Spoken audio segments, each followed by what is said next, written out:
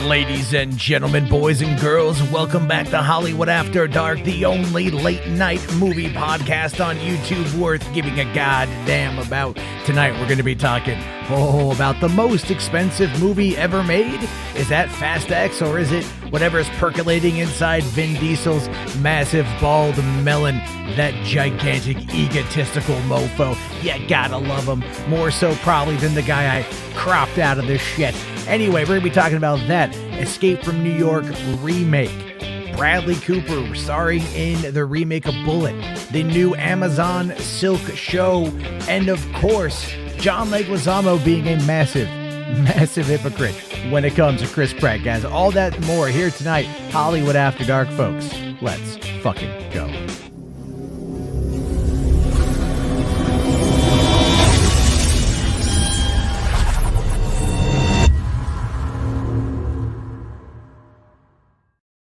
Hey, what's going on, everybody? How you guys doing? Welcome to the party. Welcome to the show. Sorry for being a couple minutes late tonight. I was having some technical issues with getting my PowerPoint ready to go. If you guys don't know, what I do is I like to build everything in Canva, export the PowerPoint, upload it to StreamYard. It's a thing, but it allows me for quick, easy access to the show that I put together. And tonight, there's actually a lot to talk about. So without further ado, let's just dive right into this because, guys, oh man, what a day. But first off, I want to remind everybody, if you haven't checked out already, Patio Commentary, youtube.com/Patio Commentary.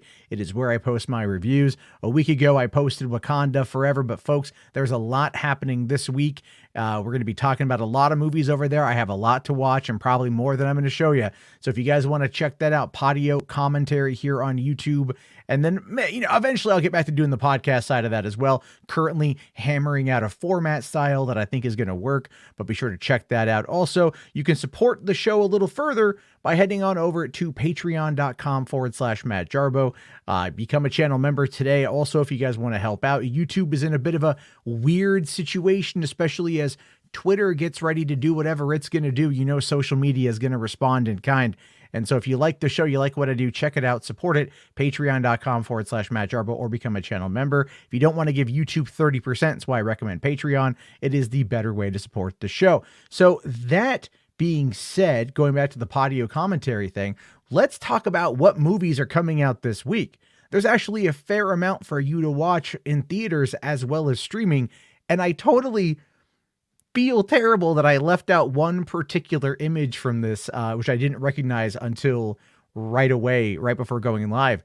But looking at this weekend, Disney is releasing Strange World. This is coming out before the Thanksgiving break. This is taking the same spot that like Frozen and Encanto took. Obviously, that's going to pull in a lot of money for Disney. Then you've got A Christmas Story Christmas, which is right now playing over on HBO Max. If you happen to be a fan of the original Christmas Story like I am, it's over there. I actually have to go and check it out so I can review it this weekend. I might go back and find the original to give that another watch again for like the umpteenth, 100th time, but I've heard good things about it. I definitely want to see it. The Wonder is playing over on Netflix. It's Florence Pugh.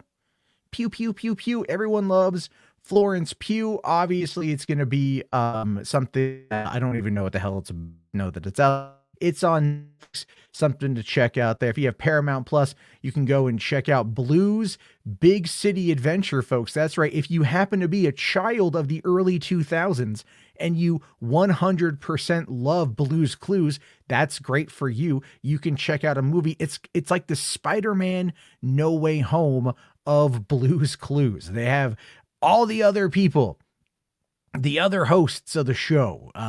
One of them, I think, is named Steve. Couldn't tell you anything else about the show outside of Blue being a dog, but that is over there on obviously Paramount Plus. And definitely the big one of the weekend is going to be Disenchanted, which the early reviews are dropping out right now. Movie comes out in a couple hours on Disney Plus. I'll obviously be watching it in the morning with my kids. The trailer for me didn't really seem to do that much. I felt like it feels like a streaming movie from watching the trailer of it. That being said, It looks cute. It looks fun. More Amy Adams, more Maya Rudolph, James Marsden, Patrick Dempsey. In no way is it going to be something that I'm not going to want to check out. Obviously, I think it's going to be a fair amount of fun. And then also The Menu comes out in theaters this weekend. I don't quite know what this movie is about. I saw the trailer. It looks kind of like a weird, like come to this restaurant and eat the food and survive the challenges. It's like Squid Game in a restaurant. I'm probably way off on that one. But it's got Anya Taylor-Joy, Nicholas Hoult, Ralph Fiennes, and a whole bunch of other people. So it should be worthwhile to check out, although I will probably see it when it comes to streaming. A movie like that is not entirely in my wheelhouse to want to go see right away. And yes, there is the one that I missed. That is, of course, Spirited. That's on Apple TV Plus. Ryan Reynolds, Will Ferrell. I will be watching that this weekend as well. And of course, my reviews will be going up for all of those over on Patio Commentary. So, Eric here real quick asks, did I see the video going around about Amy Adams asking if she wants to return as Lois Lane? You know what? I did see that last night. And I'll tell you this, man, she was about as interested as in coming back as Lois Lane as Margot Robbie is as interested in coming and seeing the Ayer cut of Suicide Squad. You know what I mean? It's one of those things where when you look at the fact that it's been 10 years since they filmed the first movie, having gone through all of the issues, it's been over 5 years since they filmed the reshoots for Justice League. She hasn't done anything as Lois Lane in that time period. And she's, I don't want to say she's also aging up, but she is in her mid 40s, and that's nothing against her acting ability or her beauty. She is gorgeous beyond belief, like seriously, like painfully gorgeous. But the reality of it is that's a lot going on, and they may want to do something a little bit different. I do agree with Donovan that her response was classy, but you can also tell that she did not want to do it. You can really, really, really, really tell she was like, yeah, they haven't called me. We'll see what's going on. Yeah, I'd love to come back. Good for Henry. You can tell she's moved on from that. Nick asking, why doesn't Margot want the Ayer cut out? Because Margot Robbie's Harley Quinn character was heavily, heavily, heavily tortured in the Ayer cut. In his original movie, the whole Joker-Harley relationship is way darker, way more brutal. And her character has moved beyond that. Her character has moved absolutely beyond wanting to have that come out, because she's had Birds of Prey where she was in control. She had Suicide Squad where she had a lot of input. James Gunn loves Margot Robbie and I think she's one of the best actresses that he's worked with. He's not going to want to upset her. The Ayer cut is something she doesn't want to see. And obviously it's going to be something where, you can kind of tell this is what's going on. Garrick here says, I think Amy would rather do other movies. I completely agree. Prodos here says, no, Matt, not everyone is into Amy Adams look-wise. Well, people are wrong, and they have the ability to be wrong, Prodos. And it's my job to inform you as to why you're wrong. So there you go. Ralph's Double Tits here says, makes sense for Lois to look older since Superman doesn't age like a normal human. That is very true. However, it's funny that he ages like a normal human until he's an adult. That's kind of funny how that works out, right? He gets to a point and then he backs off. Is Henry Cavill more bankable than The Rock? Kinda at this point. And I think The Rock knows it. I think The Rock absolutely knows it. Anthony here coping hard saying Amy will be back as Lois. Probably not. Garrick asking who's hotter, Amy Adams or Ela Fisher. I don't know. Are we talking like, dude, I'm going to have to, oh man, that's a tough one. I'm going to, God, dude, redheads are my kryptonite. I'm going to go with Amy Adams, but Ela Fisher in Wedding Crashers is Anyway, so this is what you guys can check out this weekend. If you plan on watching anything, let me know in the comment section or here in the chat. There's a lot to get to tonight. And so obviously, if you miss anything, you can always catch the VOD, or I'm going to be posting the clips online because I got to play the YouTube game, and that is unfortunate. But this is where we find ourselves. So moving on. Oh, by the way, I did see your super chat, Moisture, about Fast X. We'll get to that when I get to that story. Like I said, there's a lot to get to here. So moving on, we are now finding out today that the remake of the 1960s Steve McQueen action movie Bullet is confirmed, and it's going to be starring Bradley Cooper in a movie directed by none other than Steven Spielberg. Now, I personally would prefer Spielberg at this point in time in his career to not fuck around with the remakes, to not mess around with reboots, to not do anything like that. I would say at this point in time, the best course of action for Spielberg is to focus on his original properties, the original things that he wants to make. Like The Fabelmans is definitely an original thing.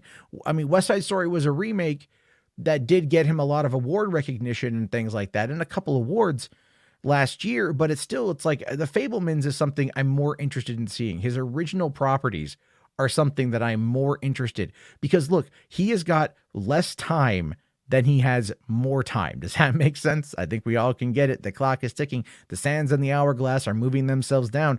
And we want Steven Spielberg to tell as many stories as humanly possible.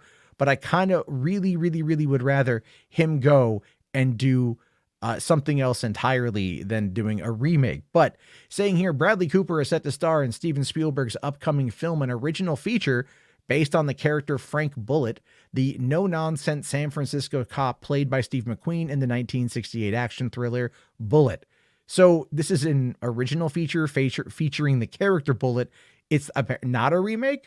Okay, I think we can kind of agree that it's still going to probably end up being a little bit of a remake here. Anyway, it says Josh Singer, the Post and Spotlight, is writing the screenplay for the film, which is currently in development at Warner Brothers. Though plot details haven't been revealed, the forthcoming production is expected to follow Bullitt on an entirely different exploit than McQueen's original. Yeah, for right now, but what we're talking about here is David Zaslav, who is absolutely a boomer, and he's going to want something that feels like the 1968 original. Anyway, Warner Brothers released the original Bullitt, which was directed by Peter Yates and based on the 1963 novel Mute Witness. In what became McQueen's most notable role, he portrayed a detective who investigates the death of a mob informant he was hired to protect. The movie is famous for including one of the most iconic and exciting car chases in cinema history, with McQueen doing his own stunts in a modified Ford Mustang. Bullitt became a critical hit in commercial smash, generating $42 million on a $4 million budget and winning 1 Oscar. You got to love it here. You got to absolutely love it. That it was a $4 million budget in 1960s dollars. So obviously not that much today, but still generating 10 times the profit has done well. Cooper will also produce the movie, and that's actually pretty cool. Also, McQueen's son, Chad McQueen, and granddaughter, Molly McQueen, will executive produce. And I think that, to me, says something very interesting about just where we're going to find this particular, kind of story. It's like, if his kids are producing the movie, right? If his kids are very much helping out with that, it's going to be more of a remake of this. It's going to be a soft reboot. I think Reed says it right. A soft reboot makes the most amount of sense. But still, what we're looking at is something that's going to be, I'm hoping hard hitting. I'm hoping fast paced. I'm hoping that Spielberg, brings his game to it. And I think he will. I think he'll bring a lot to it. But at the same time, it's like, I don't know. I'm not against this movie. I'm not against this movie in any way, shape, or form. Shape or five. What the hell? Shape. Anyway, it doesn't matter. I think it's going to be a fun movie to watch. Bradley Cooper in an action role is always something that I enjoyed. When he played, when he was in the A-Team, I thought he was great in the A-Team. I really enjoyed that movie. Would have loved for a franchise to blossom off of that one.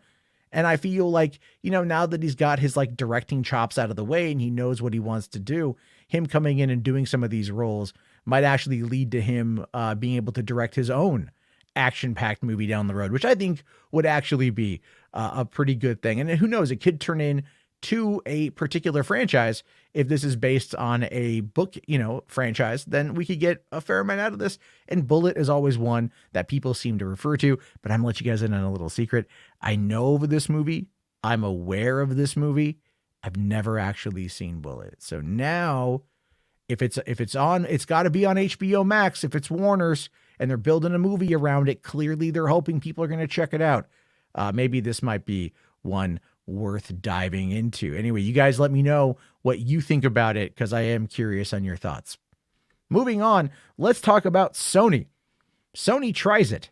Obviously, Sony tries anything and everything it possibly can to make sure that, people out there actually watch their Marvel content. Venom, losing some of the budget, losing a high-profile director for the third movie in the franchise.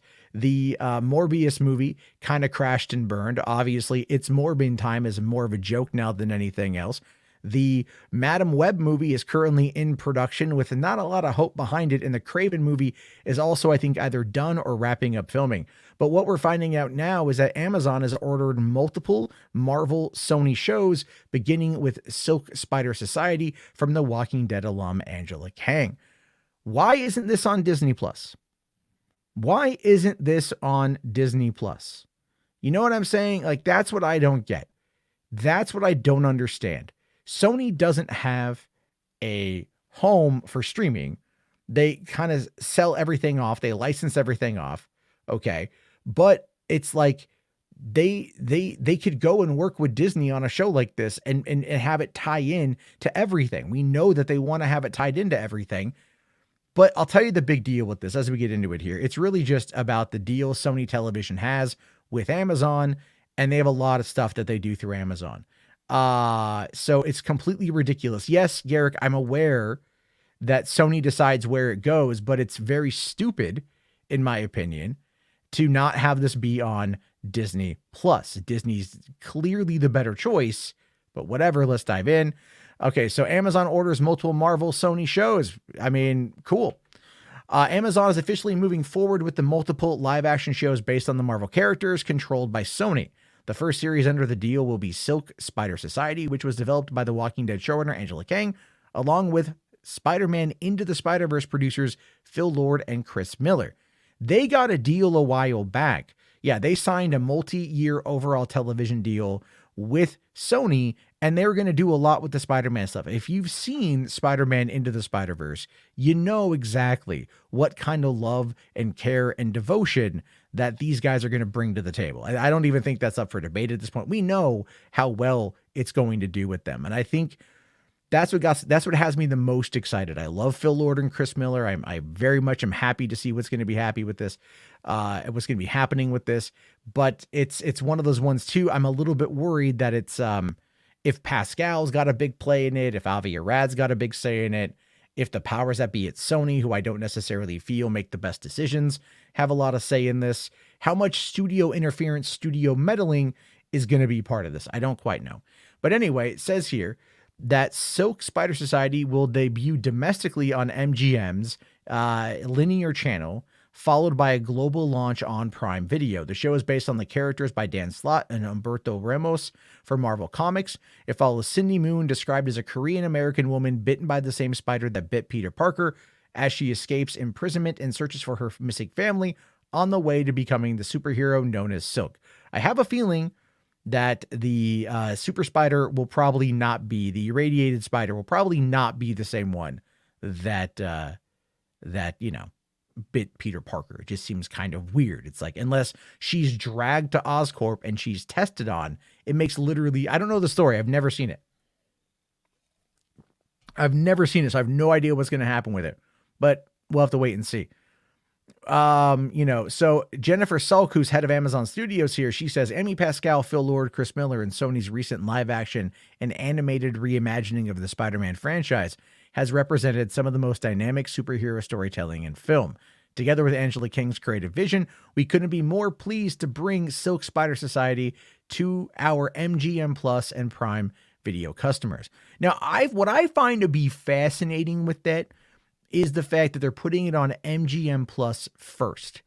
And that is, I mean, obviously that is just, I think, based upon a deal that they might have already pre-existing with Sony Television. And that's just what they came up with. And then after that, it's going to go to Prime.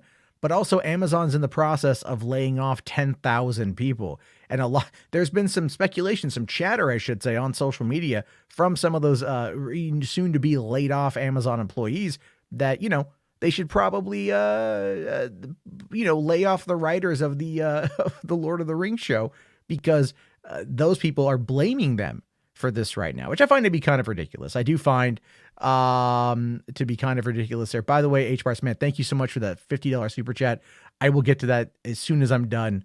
But thank you, man, very much. That means a lot to me. Moving on here, the article does go on to say that the Silk series and other shows based on Sony's controlled Marvel's characters was originally reported as being back in the works in September 2020. At that time, Lauren Moon was writing Silk, while it was reported in 2021 that Tom Spezialy has joined the series as showrunner and part of his overall Amazon deal. So they are, teaming up with Sony, but they are, obviously they're trying to make it work to bring everyone together. So according to Catherine Pope, the head of Sony Pictures Television Studios, she says here, I mean, this is obvious PR flair. We can't wait to bring the adventures of Cindy Moon to life, thanks to our creative dream team of Chris and Phil, Angela and Amy, along with our partners at Marvel and Amazon. You gotta love it, you guys. You gotta love all this coming together. It's like everyone just wants to know how it's going to work and how it's going to tie in to the Marvel Cinematic Universe. At this point, that is what we know people want. People are clamoring for Sony to tie in to the larger Marvel properties. No, and I've seen chatter about this recently. I just want to put that to bed. No, the vast majority of people out there are done with Marvel interconnectivity and just want standalone shit. Bullshit. They want connected stories. They want connected tales. They want connected characters, but they want it done in a clear and cohesive world. And that is something that right now, Sony, with the control of these characters, just seems to be like whacking their dicks in the wind over it. And we all have to just kind of wait and see how they fuck it up, leading to the eventual buyout of Sony from some other company, in which case the rights for Spider-Man revert back to Marvel. Anyway, it does finish up here by saying that it's unknown at this time which other Marvel characters will be featured in the Amazon shows, though Sony currently controls over 900 characters associated with the Spider-Man franchise. If only it was over 9,000, that meme would sell itself right here. Sony has released multiple Spider-Man live-action films in the past and currently works with Marvel Studios on the rebooted franchise starring Tom Holland. Yes, we know all this kind of stuff. But look, it's like Sony, look, okay, the very last paragraph here says, to date, Sony has also released live-action films Venom, its sequel Let There Be Carnage, as well as Morbius starring Jared Leto. A third Venom film is currently in development, while Sony has also worked on film versions of characters like Kraven the Hunter and Madam Web. It's like, we know at this point that it's just going to be a crazy ass thing. Ozymandias here says Amazon's going to buy Sony. I don't think so. And I say that predominantly because they just bought MGM for $8 billion. That might get them in some of the regulatory problems. You know what I'm saying there? Like Disney buying Fox made sense because there's other fish in the sea on that front. Them buying, Amazon now owning a distributor like MGM might actually be in a weird place for that. Ryan, I see your super chat. We'll get to that here at the end. Thank you, buddy. So obviously in this particular case, we're going to have to wait to see what happens, but they seem to be focusing on the female spider side of things. And I'm really curious to see how that plays out.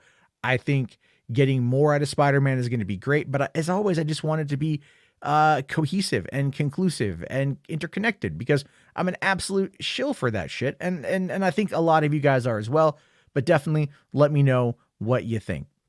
Moving on, another remake being confirmed. This one I don't know how I feel about, guys. This one I'm kind of a little bit worried about, but when I found out who is directing this, when I found out the team that is bringing my beloved Snake Plissken back to the big screen, it fills me with a little bit of hope. It fills me with a little bit of love. But at the same time,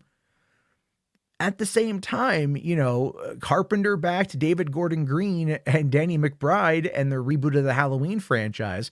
And while I enjoyed the metaphorical horror elements that popped up in those 3 films. I really enjoyed all 3 films.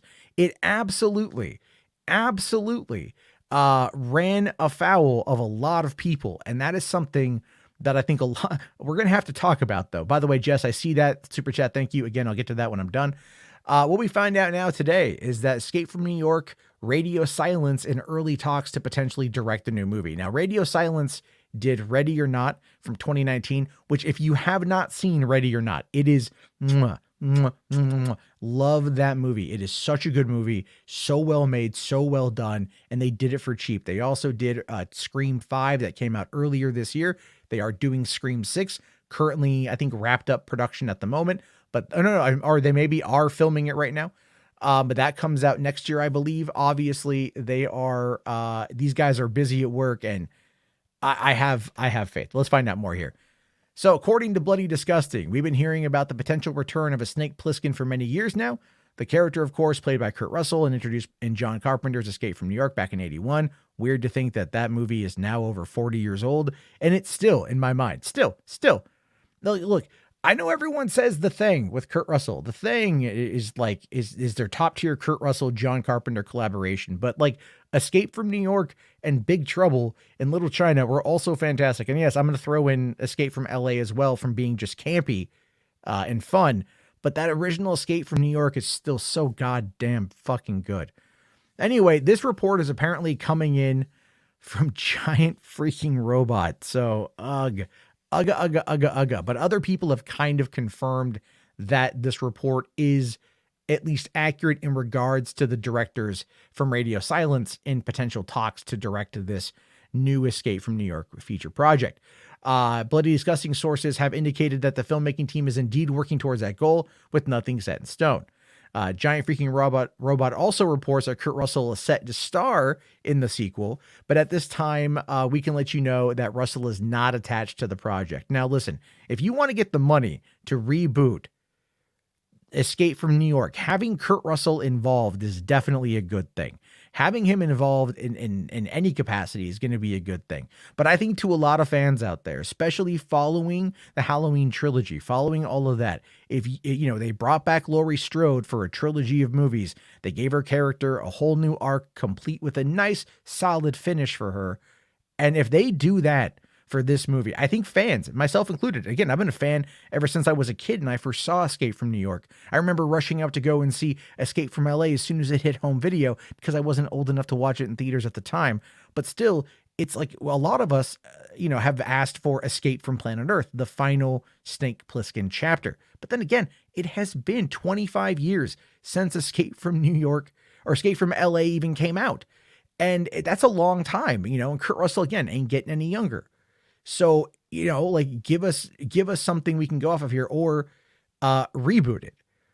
And if they're going to reboot it and they're going to bring in another actor to play Plisken, man, I know we were talking about Bradley Cooper playing Bullet. But I think Bradley Cooper would be a really good Snake Plissken. Or, I know there was a talk about Gerard Butler playing Snake Plissken a while back. That was something that had popped up. And of course, there was like the commentary about how Snake Plissken is an American hero and needs to be played by an American. But obviously, this is something that's going to be going on over at 20th Century Studios. And if I had to guess, if I had to speculate, I would say that if we are going to get a remake of this movie, it might not be a remake. It might be something that's a reboot, or it might be something that is a continuation. And if it's over at 20th Century Studios, this largely tells me that this will be coming to Hulu, if anything, right? And we've seen that with 2022 giving us the absolutely amazing Prey from back in August, the really good, from what I'm told, Hellraiser that came out last month. Again, still need to watch it. They've been on a roll all year with these amazing 20th Century Studio movies released direct to streaming over on Hulu, really empowering how good Hulu is in regards to being a streaming service, kind of running parallel to Disney Plus. It's like Disney Plus for adults. They have a lot of stuff over there. I mean, hell, they're even putting a couple episodes of Andor on Hulu in order to spark more interest in what is arguably the best live action Star Wars show for an older, more mature audience. It's great. It's magnificent. I love it. But I would say that Hulu would probably be where this would go. And I can only hope, because again, yesterday we found out that Fede Alvarez is directing a new Alien movie, and they cast the first actress in that, rumored to be playing Newt's character in something. On top of Hulu also doing an Alien show by Noah Hawley, who's doing, treating it with its own thing. We're getting a lot of genre content out of the House of Mouse at this particular front, and so far it's been okay. So I can only hope that they do this well, and I can only hope that John Carpenter has some say in this, and that Kurt Russell is involved. But that's, of course, just me. Always, I want to hear your thoughts. Let me know. Moving on, I want to talk about this. I got to talk about this. I got to talk about how John Leguizamo is a massive, massive hypocrite. Just a massive freaking hypocrite. I love John Leguizamo. I have always loved John Leguizamo. I have never been in a moment in my life where I didn't like John Leguizamo. But here, talking about the new Super Mario Brothers movie and the casting of Chris Pratt, and what he has to say about that, I think is utterly ridiculous and very, very, very hypocritical. So this is what's going on here. John Leguizamo calls out non-diverse Super Mario Brothers casting, saying it's going backwards.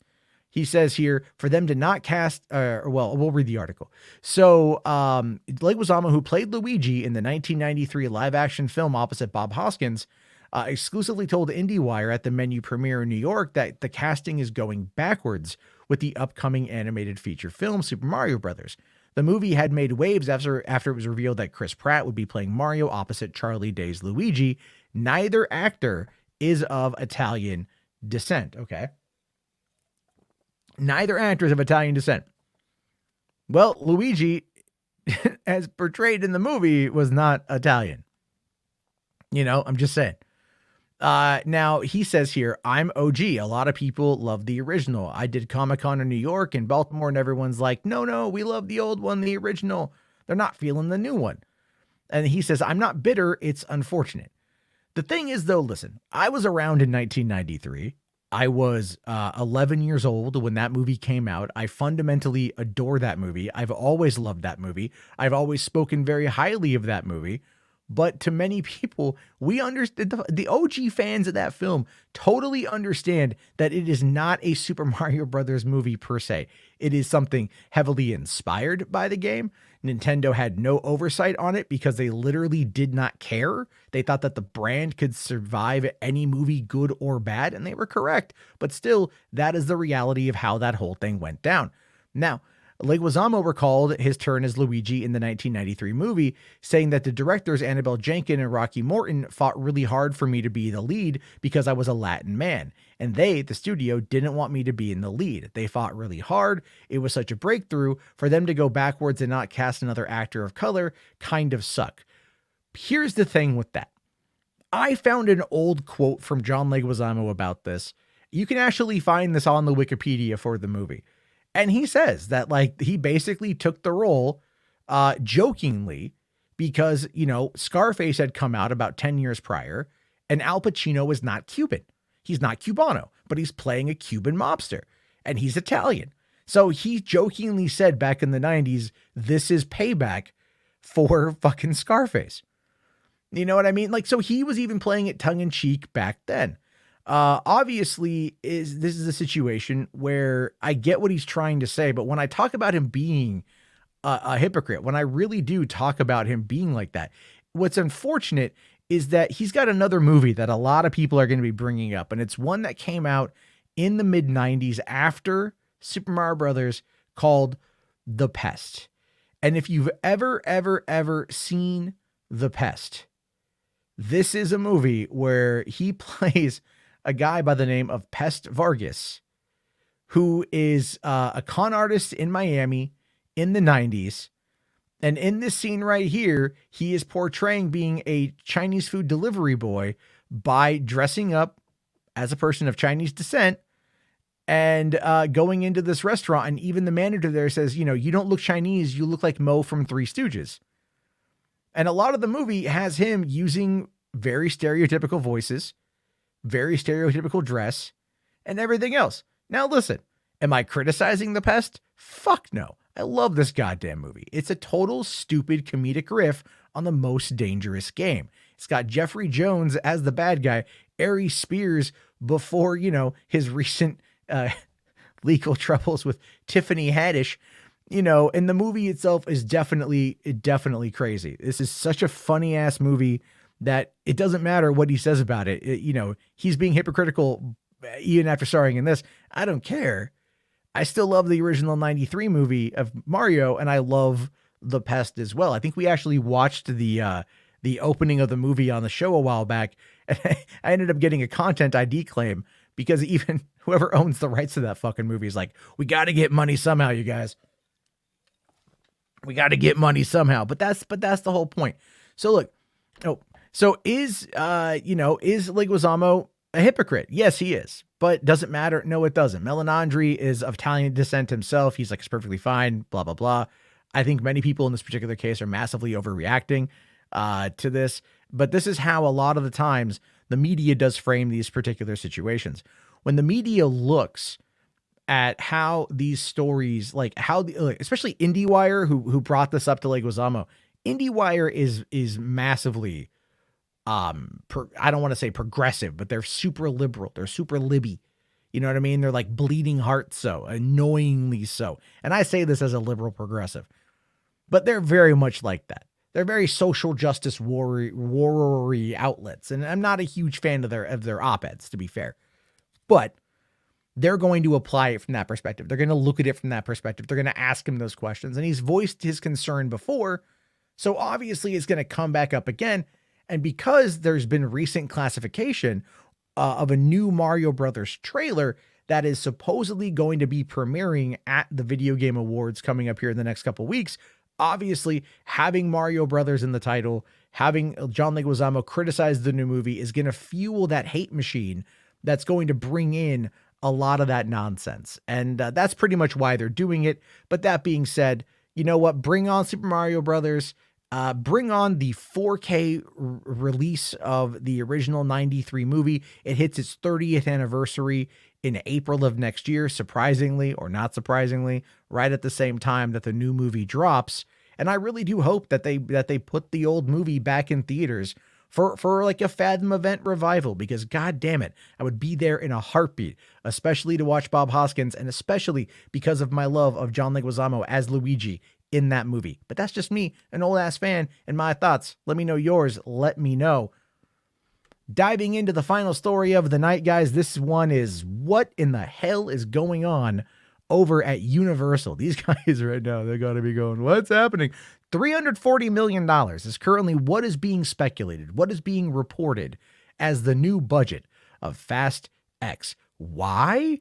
I don't know. Let's find out more. So according to Screen Crush here, they say Fast X will reportedly be one of the most expensive movies ever made. Now, if you've ever looked at this franchise, and I do have the numbers we'll bring up here in a second, the franchise does pull in some serious green. 100% pulls in some serious ass green. This franchise has made money. It's made money before The Rock. It made money after The Rock. I'm sorry. I hate to burst everyone's bubble about that, but that's true. It's made some serious cash, which means that Universal is going to put up the money in order to make sure that things go smoothly, especially following the departure of Justin Lin and the bringing in of Louis Leterrier to helm these movies. It will be fascinating. So let's say here, going on, it says Fast and Furious saga has come a long way from chronicling the adventures of a bunch of LA street racers. Yeah. If you go back to the first movie, it's literally just Point Break, but with racers. I mean, that's perfectly fine, but that's really about it. Like, it's Vin Diesel was Bodhi, so there you have it. Now the Fast movies involve epic globe-trotting adventures, spies, endless chases, and even cars in space. Absolutely, guys. All that spectacle adds up. According to a report in The Wrap, the next Fast and Furious movie, Fast X, will be the most expensive movie in the franchise to date, and if their numbers are accurate, one of the most expensive ever. They say that their source with knowledge of the production pegs the budget at $340 million. The result of numerous budget-busting elements, increased salaries for series star Vin Diesel and the rest of the franchise's ensemble cast, general increases in production costs caused by global inflation, and charges for pandemic testing requirements mandated by COVID-19 safety protocols. If you have looked at just the cast that is in Fast 10, I mean, yeah, their budgets they're going into Endgame level, right? They're absolutely positively going into that particular category. And you know that it's only going to get worse.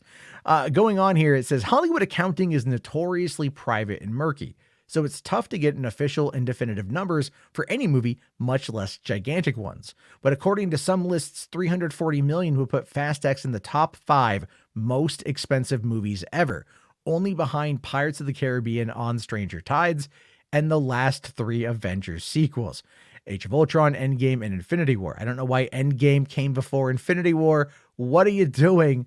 Who wrote this article here? I don't even know. By Screen Crush staff. You guys couldn't even get the lineage correctly. Anyway, I know I'm nitpicking. That would mean Fast X could potentially cost more than every Star Wars ever made, every Harry Potter ever made, every James Bond movie ever made, plus Justice League, Avatar, Titanic, and notorious high-price bombs like John Carter and The Lone Ranger. I actually enjoyed both John Carter and The Lone Ranger. But it says here, for sake of comparison, you know what? Here's the thing. I have a list here. I brought this up. So here's what the budgets were for these movies and what they brought home, going all the way back to the original June 22nd, 2001. $38 million for The Fast and the Furious ended up grossing worldwide box office of $206 million. Then 2 years later, Too Fast, Too Serious ended up doubling its budget with no Vin Diesel and only gross an additional $30 million worldwide. Now, the thing to remember about that too is the fact that these movies did very well on home video, right? They did very good on home video. Then 3 years later, there was a soft reboot with Tokyo Drift, a movie that a lot of people out there didn't really vibe with at that time. I think people have come to love it now, but they didn't really vibe with it back in 2006. And that had a worldwide take home of $157 million on an $85 million budget. Then they kept that same budget, but brought back the entire cast for Fast and Furious 3 years later. And that did $359 million. I mean, obviously, like well over 2 times what Tokyo Drift did. So that goes to show you that obviously people were digging what was coming out of that. Then, of course, we've got 2 years later, Fast 5, definitively, in my opinion, the best of the Fast and Furious movies. I love Fast 5. That had a $125 million budget, $630 million worldwide. Obviously, the inclusion of Dwayne "The Rock" Johnson did help with that, but the spectacle of Fast 5, the heist version of it, all of that stuff, that really, really sold that movie to a lot of repeat viewers.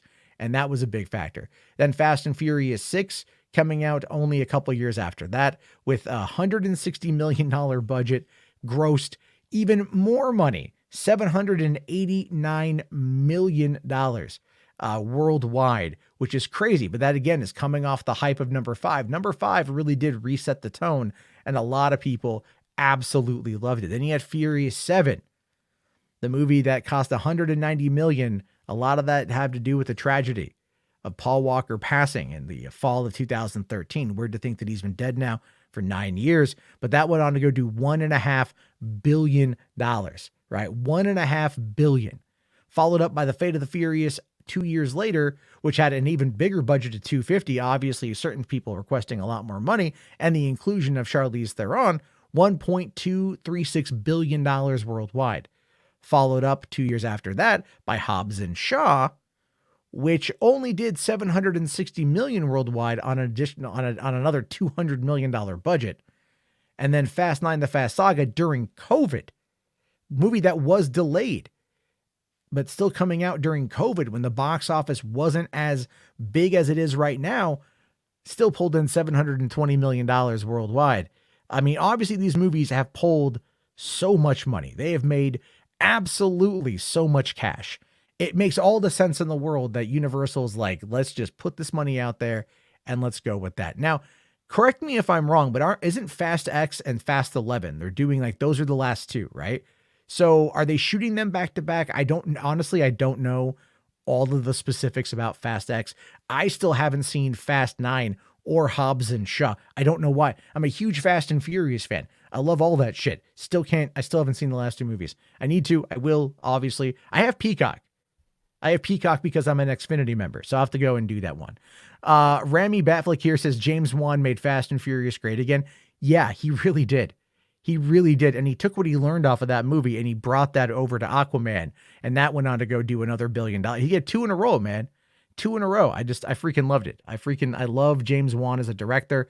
That dude can do a lot. And with that, he did a great job. But look, man, I love the Fast and Furious franchise. Obviously, when you start bringing in stars like this and the movies expand and they expand and they expand and the stars start wanting more money, and they all, and they deserve the money because they keep making the cash for the studio. You can see why these particular stories and these particular movies are going to balloon the way that they did. However, 340 million, goddamn, you guys, goddamn. You know what? It better be a spectacle, but I think I'll be there day one. I'm not going to lie. I'll watch the ones I have. I'll catch up on all of them, but I'll definitely be there because I do love these movies and I think it's going to be a lot of fun here. Although Fandom NSL is really quick at the end says it could be worse. It could have had a $44 billion budget. That's right. At least we can argue that no matter how bad the Fast and Furious movies might be, they're still not as bad as a dumpster fire that Twitter has turned into in literally 3 weeks. And there we go with that. But there we go, guys. That is the stories for today. Went through them pretty well. Lot to unpack. That's one of the reasons why I was late. So let's take a quick look here at the chat. There's some supers to get to. You guys are amazing. H-Barts, man, right off the bat, dude. I saw this one. I want to get to it here. He says, I thought I would ask this since you just lost your cat. How is it dealing with the loss of a pet? My 2 dogs just turned 12 and they're getting close to the end. So I'm wondering, how is it to go on without them? Sorry for the downer question. So yeah, I didn't stream last night. I wasn't really, feeling it, so much. I'll just explain real quick here. Bring up a picture. So yesterday, it was the other night, we kind of came to the determination. My cat Chloe is no longer with us. She is the most neurotic and paranoid cat I've ever come across. She stays close to the house above all else. She hides on the roof if anyone comes over. She disappeared. And yeah, she's gone. And I say that because our other cats, when we moved here, we had 5. We had Gus, Digit, Jelly, Chance, and Chloe. And Chloe and Chance were from my girlfriend's previous relationship. Her and I have been together for 14 years. So this cat's like 16 years old. And Chance was up there as well. And he went missing last year. We've lost them to the forest. And that is something that, we made the distinction, the decision to not keep them inside, to give them the opportunity. You know what I mean? And that's something we have to live with. It doesn't get any easier that they're gone because it is a hole that's filled, or it's a hole that's there. That's no longer being filled by animal companionship. Your animals know you better than literally anybody else, right? Your animals are your best friends. All things considered, they see you naked. They see you taking a shit, right? They see you at your worst. They see you at your best. They see you everywhere in between, and they love you unconditionally regardless.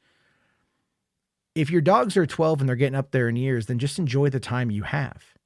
Take a lot of pictures, take them on walks, make them happy. Do what you can to make them happy. We chose to let our cats outside because we knew it made them happy. We didn't want them crammed up and cooped up because we'd done that for years, like living in apartments and living in different, we moved with the cats from San Diego to LA, back to San Diego, up to Portland, up to Washington, we wanted to give them the freedom. that they were denied for many, many, many years. And that's something that we made that choice. And I've been called like a terrible cat parent because I let my cats outside or whatever, you know. But in this particular case, H Bart's, man, like I get it. So I'll tell you, okay, so cause you're younger, you're, 22 now. So when I was 5, my mom, the day I turned 5, my mom brought home a kitten. And this kitten was 8 weeks old. And I named her Zunar after the movie The Cat from Outer Space.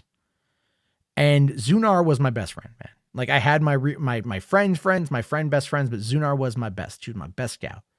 And I had her till she was 19. And I remember it was December 28th, 2000. And we had, just gotten cell phones, right? My mom and my stepdad had one. I was using theirs, and Zunar was sick. And she was in the garage, and my mom went in to go check on her. And she knew Zunar was on her last legs, but she didn't call me because she didn't realize we had literally just gotten the cell phones 3 days earlier. So it was that didn't think about it. So she spent some time with Zunar. She pet her. She made her feel comfortable and gave her some love. And then when I got home, like literally a half hour later, she told me, she's like, "Hey, Zunar's not doing well. I think she may not be that good."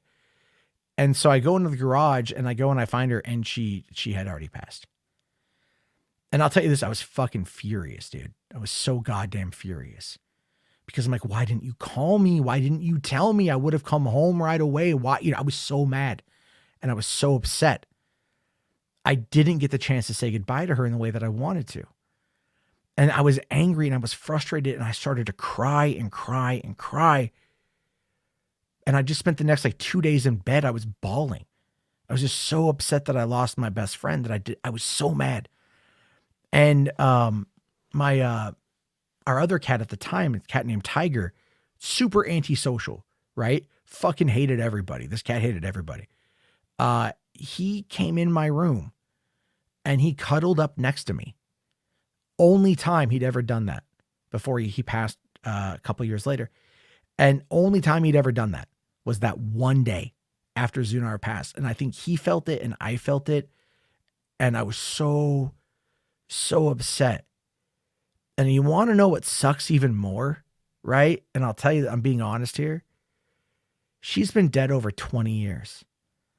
I don't remember what she looks like.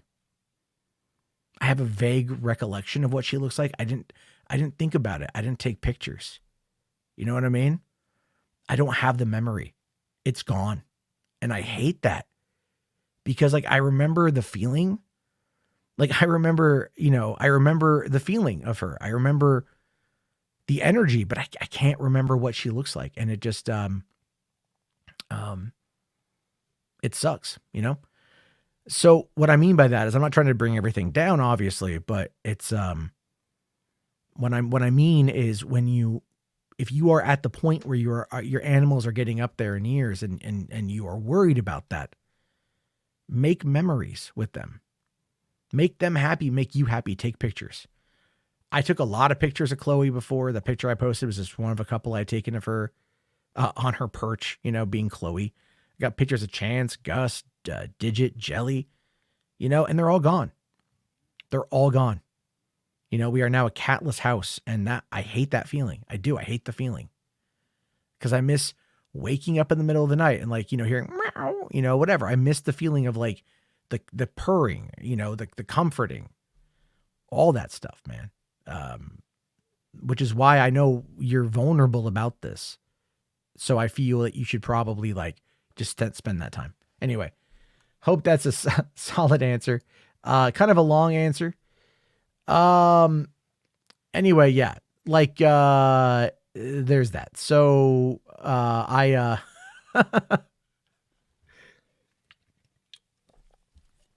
okay.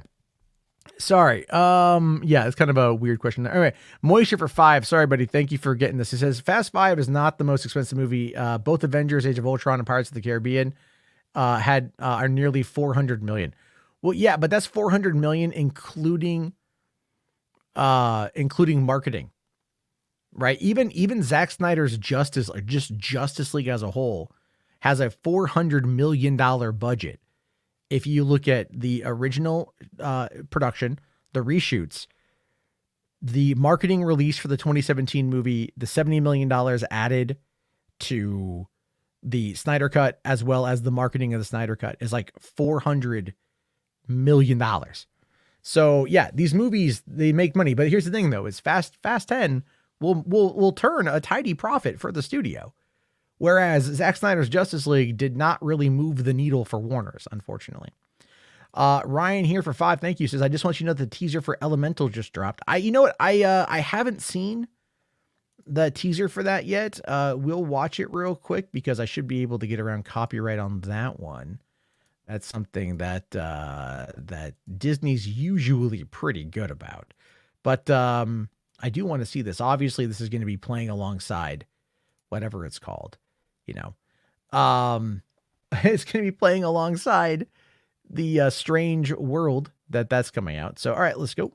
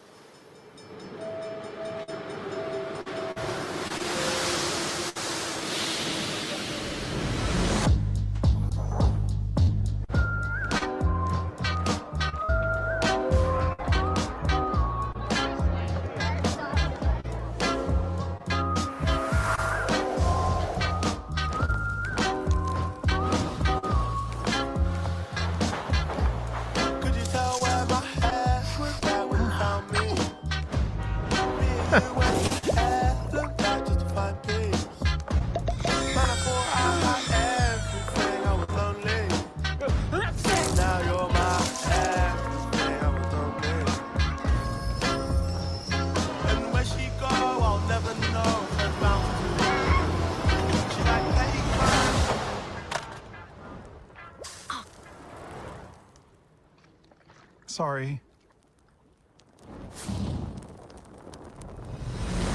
I'm Wade. I'm Ember. All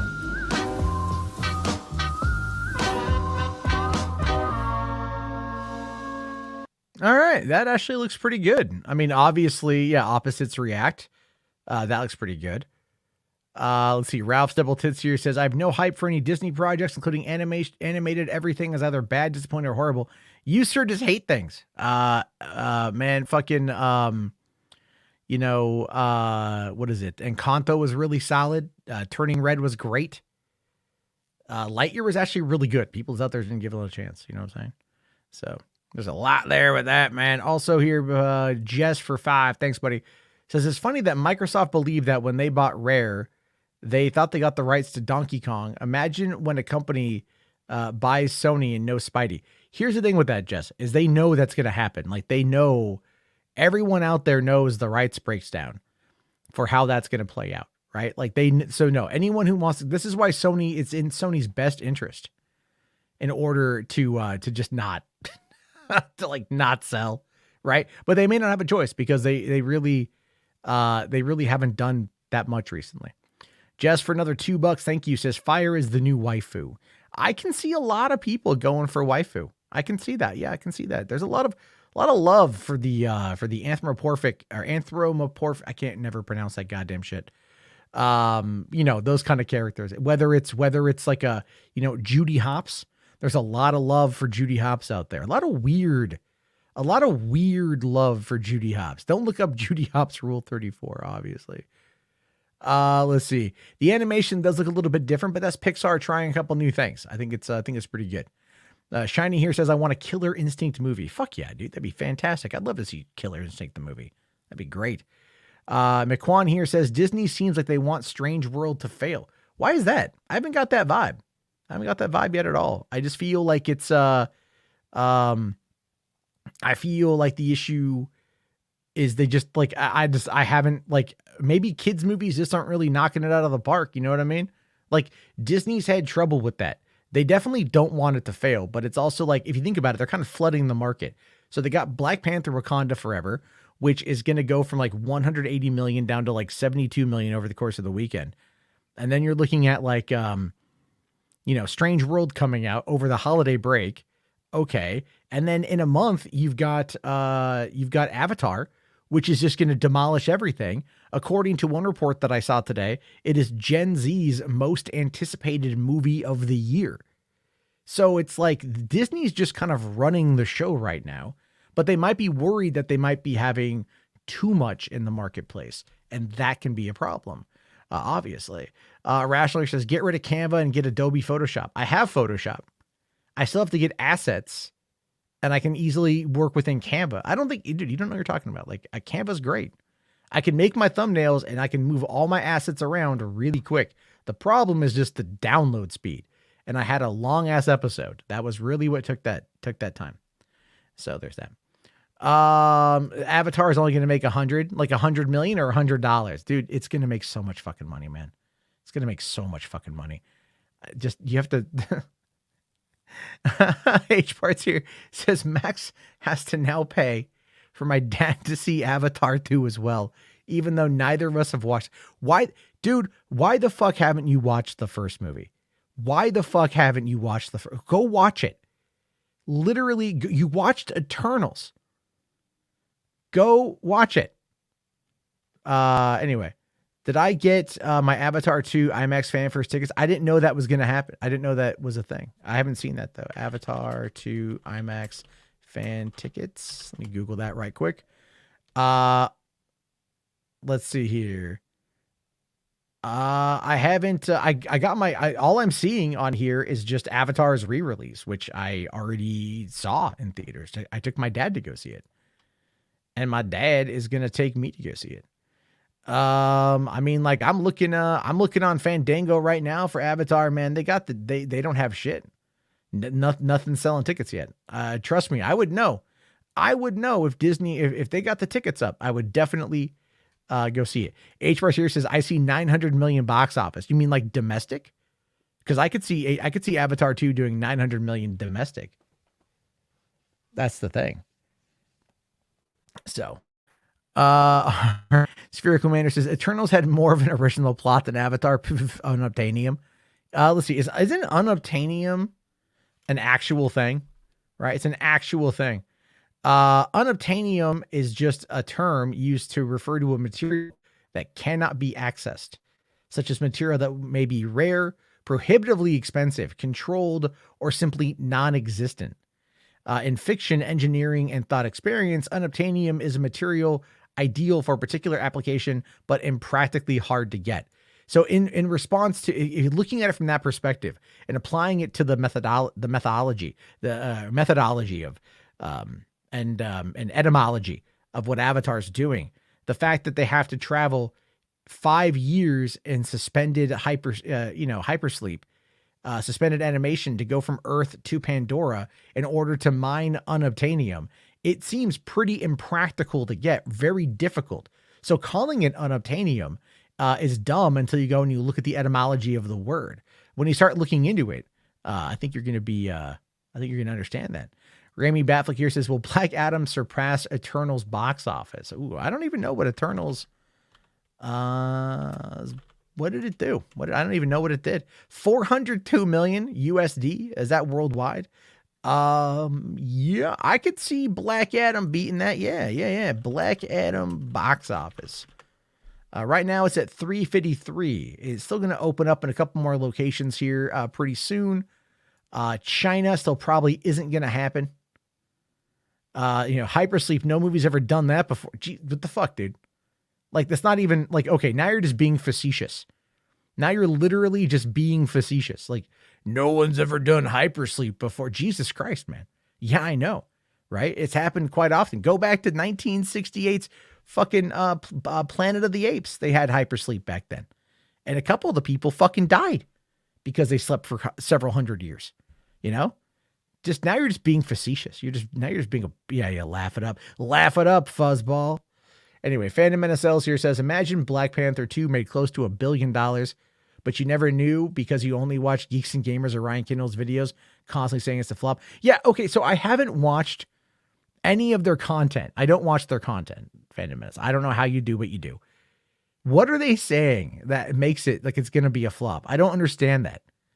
Like, how are they framing the argument? Because I know a lot of it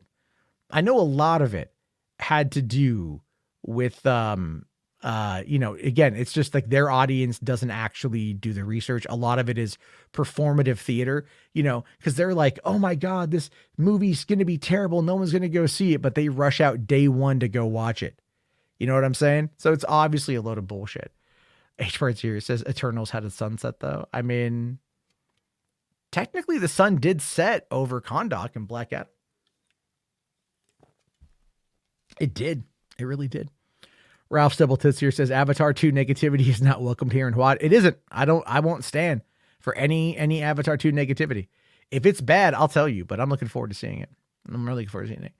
Let's see. Rami Batfleck here says Geeks and Gamers are saying that it will make less than Black Panther 1. That isn't entirely a false statement. And I say that because back when the first Black Panther came out, that was back in February of 2018. That was at a good time. It was Black History Month. It was the first Black superheroes. A lot of hype for that movie. It was good. It was rewatchable. This movie isn't rewatchable. You can rewatch it, but I don't think you're going to get much out of it on that particular level. And it's also coming out at a time when, like, again, they're flooding the market with the Strange Worlds, as well as Avatar. So it's possible it could make less than Black Panther. It could also make more than Black Panther. It all depends on the legs the movie has. We'll have to see.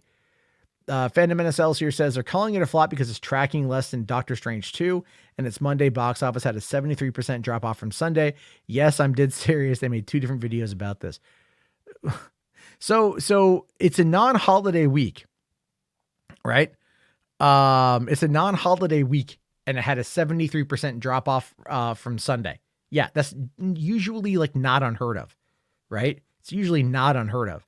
Movies during the week don't do movies during the like if it was this upcoming week where, like my kids are off for the whole week because of Thanksgiving. A lot of other kids are off for at least half of that week. There's clearly going to be a lot of people that are going to go see the movie during the week.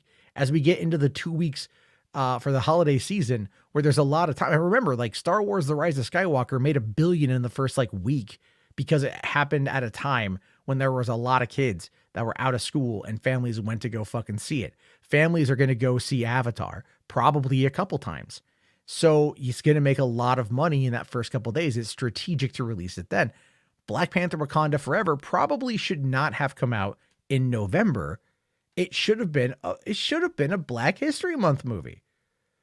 It should have been. Some might call it pandering. I don't call it pandering. I think it's good fucking marketing.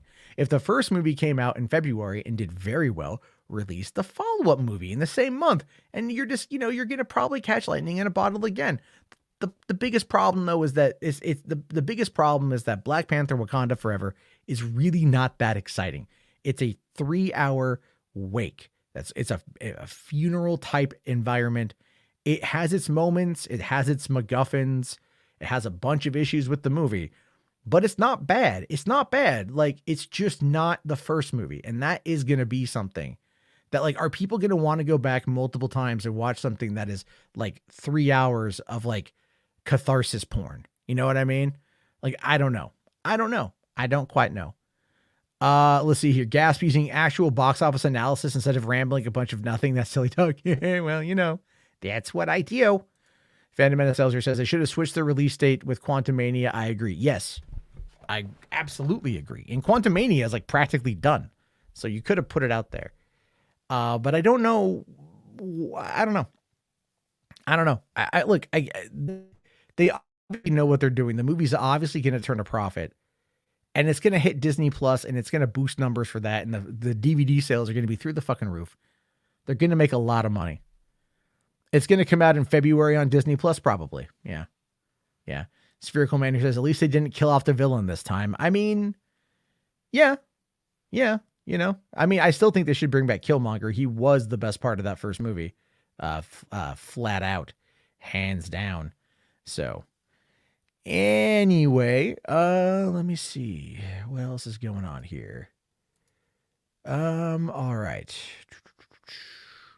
Sorry, I'm just kind of like. All right, Grammy here says Marvel was gonna have Blade in 2023, fall and winter. Now that's delayed. Aquaman 2 is no competition. Well, yeah, they were gonna have a fucking Star Wars movie, but that has got nothing. Max is streaming. Is he still? What's he talking about now? I saw something he was gonna stream. What the fuck is he? What the fuck is he saying? Let's go find out what Max is saying. Oh, is he? Oh, he just logged off. He literally just logged off. He was streaming. He's not anymore. He was talking about the what was it? The other stuff, right? All right. Okay. Chris Bipolar Nobody had something he wanted to ask me right quick, and then I'll just send Max a link to get his take on the whole Escape from New York thing. We'll chat for a few more minutes, and then we'll kind of wind it down because, yeah, it's just another night, kind of hang out. I'm just keeping these things a little shorter, a little more looser, things like that. Let's see here. Spherical Man here says Killmonger it still exists in the multiverse. Exactly. H Bars here says I expected to hate Wakanda forever, but enjoyed it. Still missing T'Challa, though. Namor needs a taco. I can't tell if that's racist. I can't tell. I mean, like, you're Hispanic. I'm not Hispanic. If I were to say that, that might be considered racist. However, you're like, Namor needs a taco. I don't know what that means. Max is way better than me. Shut up. You know you're full of shit on that one. Let's see here. Max was in the H Bomberman video about Roblox. I didn't see that one. Film Goblin, is Amy Adams not getting a call from Warner Brothers? Prove your thoughts on Cavill. I mean, as I mentioned earlier, I don't think she wants to do it. I don't think Amy Adams wants to actually be Lois Lane again. It's not that. It's like sometimes the roles pass you, right? It's like sometimes the roles move on from you, and that's okay. You know what I mean? Like, you have your time to play the roles. And like I said, if they did not bring Cavill back now, it would not work out well for him. You know what I'm saying? Like, it wouldn't work out well. But there's that. Let's see. Rami Batfleck here says, gonna upset some people, but the only interesting MCU movies in 2023 are Ant-Man and Guardians 3. What else comes out next year? I don't remember. But joining me right now for the last couple minutes of the stream is Bipolar Jedi. What's up, Chris? Chilling. I was playing some Modern Warfare 2 on the campaign. It's been a long time since I played a good campaign. I'm like rage quitting. I'm getting mad because I play on veteran, and I've been watching movies and shit. But excuse me, the Fast and Furious franchise, believe it or not, it's one of my guilty pleasures, man. It really is. I've been with. I thought you were going to talk shit about that. I was like, oh, motherfucker, no, I've been with it since day one. The fifth one's probably my favorite one. You know, just them dragging them safes around Brazil. It's amazing, you know. But yeah, you're saying they're gonna dump 300 and some million into this movie. That's what the reports are saying. Yeah, and I'm seeing these. I don't know. I'm just seeing this trend where, oh my god, Hollywood's dead and Disney's dead and blah blah blah, all this bullshit. And I just wonder if they're not dumping too much money into these movies. Period. You know, and then you add marketing into it, and like. If that's a $300 and some million movie, and then you put marketing with it, that's gonna be like a $500 million movie. I wonder if Hollywood isn't just like on a trend now where it's not the same. Money's not gonna be made the same. That was what I was gonna ask you, because when it comes to like the stats and the money and the marketing, you're kind of the one I always go to when it comes to that. And with all these, like what happened to Thor and what happened, even though Doctor Strange almost made $1 billion, that should have been $1 billion movie. Black Adam should have made at least $500 million. You know what I mean? And all these movies, even the good ones, or they seem like they're on a steady decline. And I wonder if it's like not egos putting money to this, or if it's Hollywood trying to make up money for what they lost during the pandemic. I don't know, but that seems super excessive to me, to put that kind of money into a movie and marketing when everything these studios are doing lately, like nothing's tracking the way they expect it to. You know, like, well, there's a lack of FOMO, right? So, okay, so the streaming game, in my opinion, has absolutely changed and altered everything.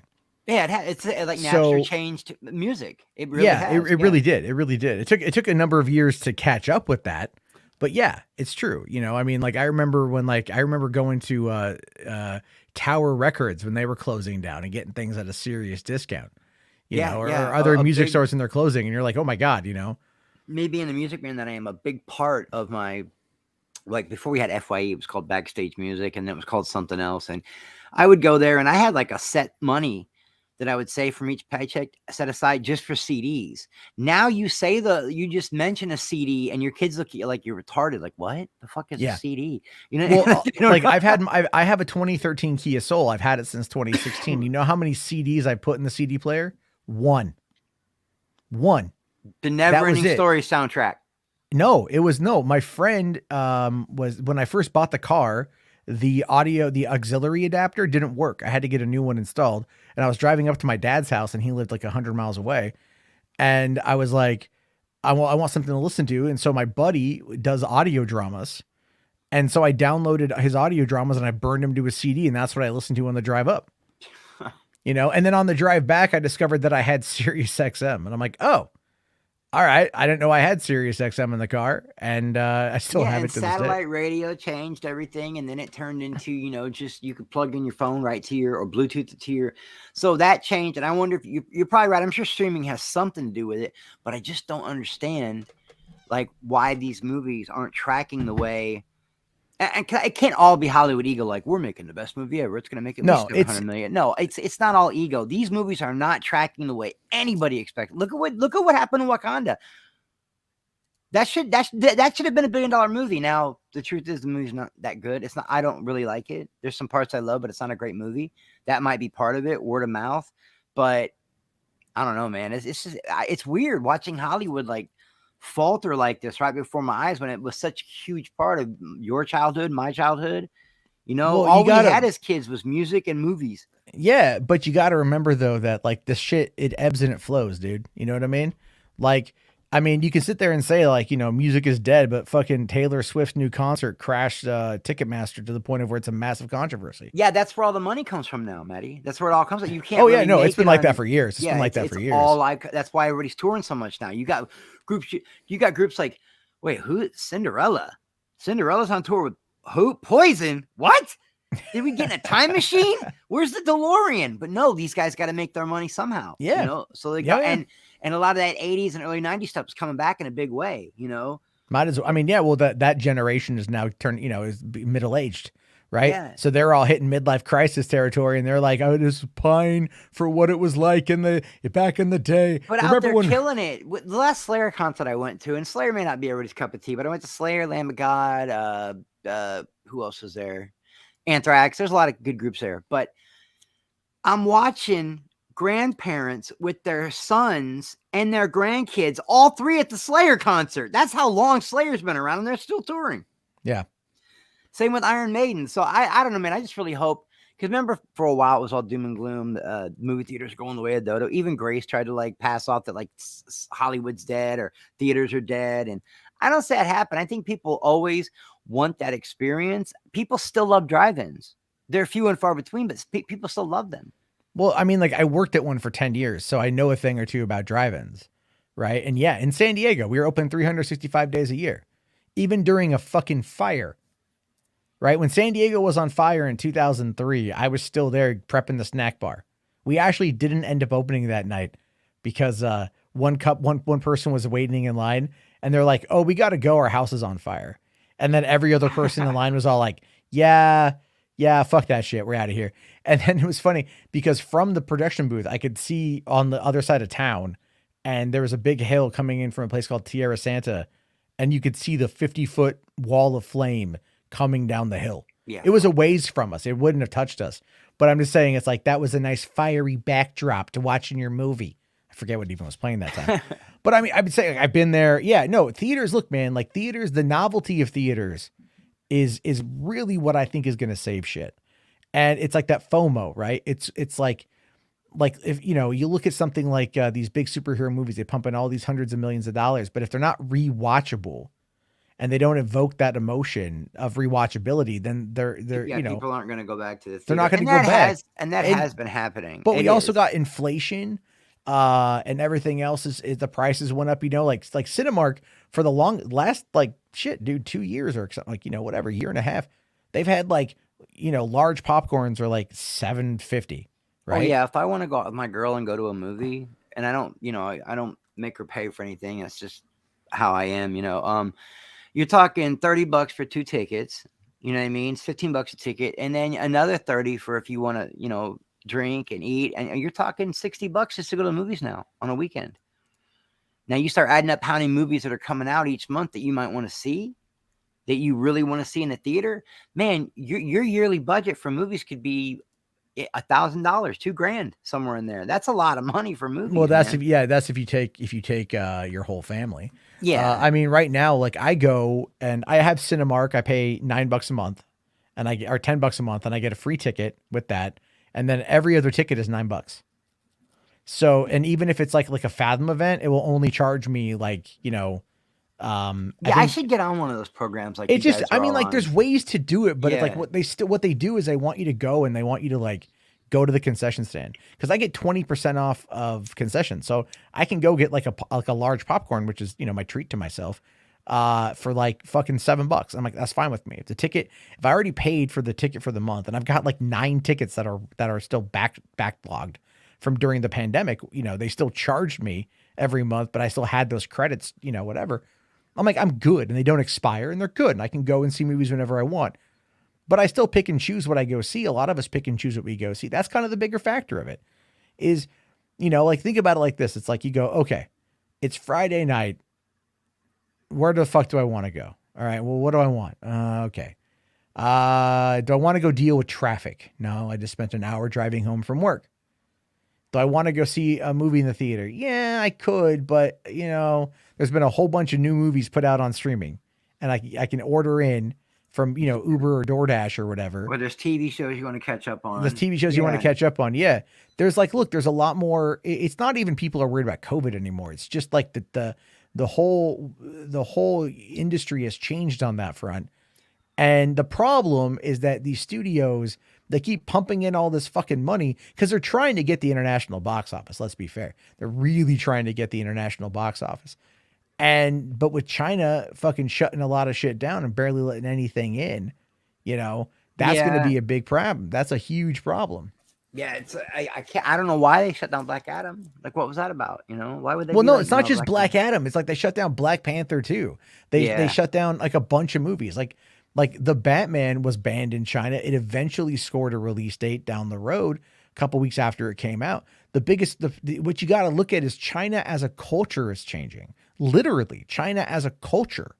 President Xi Jinping, when he decided to become president for life, you know about that, right? Like he was, Yeah. yeah, China's and like fucking no crazy. one said shit about it. You know, even Trump was like, he's like a king, you know, and you're like, fuck this. Like you had a democratically elected president, and then he decides to say fuck it, make himself president for life, and like no one causes a stink because it's China and they don't want to fuck with it. 1.5 billion people compared to our 350 Yeah. million. You know what I mean? It's like nukes are going to go a long ass way if that ever happens, but still, it's like a lot of people. So there's money to be made there. And the thing is like for a while, Hollywood, man, there was an emerging Western influence in China. There really was. They were allowing access from Western companies to team up with Chinese conglomerates to bring product in. Product that was selling really, really, really well. Money was being made. The middle class in China was rising.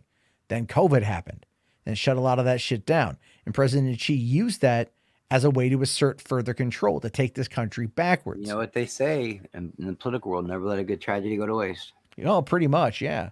Right? Pretty much. And then now they're like, look, any kind of sissy boys on television, basically meaning metrosexual men, right, are banned from being on TV. They don't want any kind of girly boys being on the television. They want none of it. They don't want any of it. If you are under the age of 18, you are literally limited in how many hours of video games you can play a week.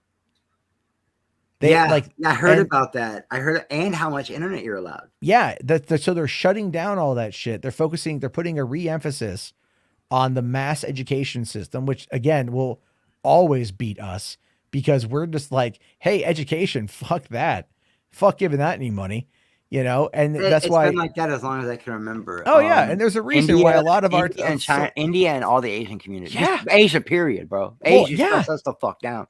They do. I mean, like, there's like, what is it? Like, the number one demographic in Silicon Valley, I believe, is Asian male. Is like the number one, like, I believe that's the demographic of the most amount of workers in Silicon, or like the highest paid. I forget. It's like a thing where it's like, no, Silicon Valley hires engineers from overseas. A lot of even Twitter's people that are being like, oh, they're here on visas. So like that's a big part of what Silicon Valley does. And again, China is just like, China beats us in a lot of ways.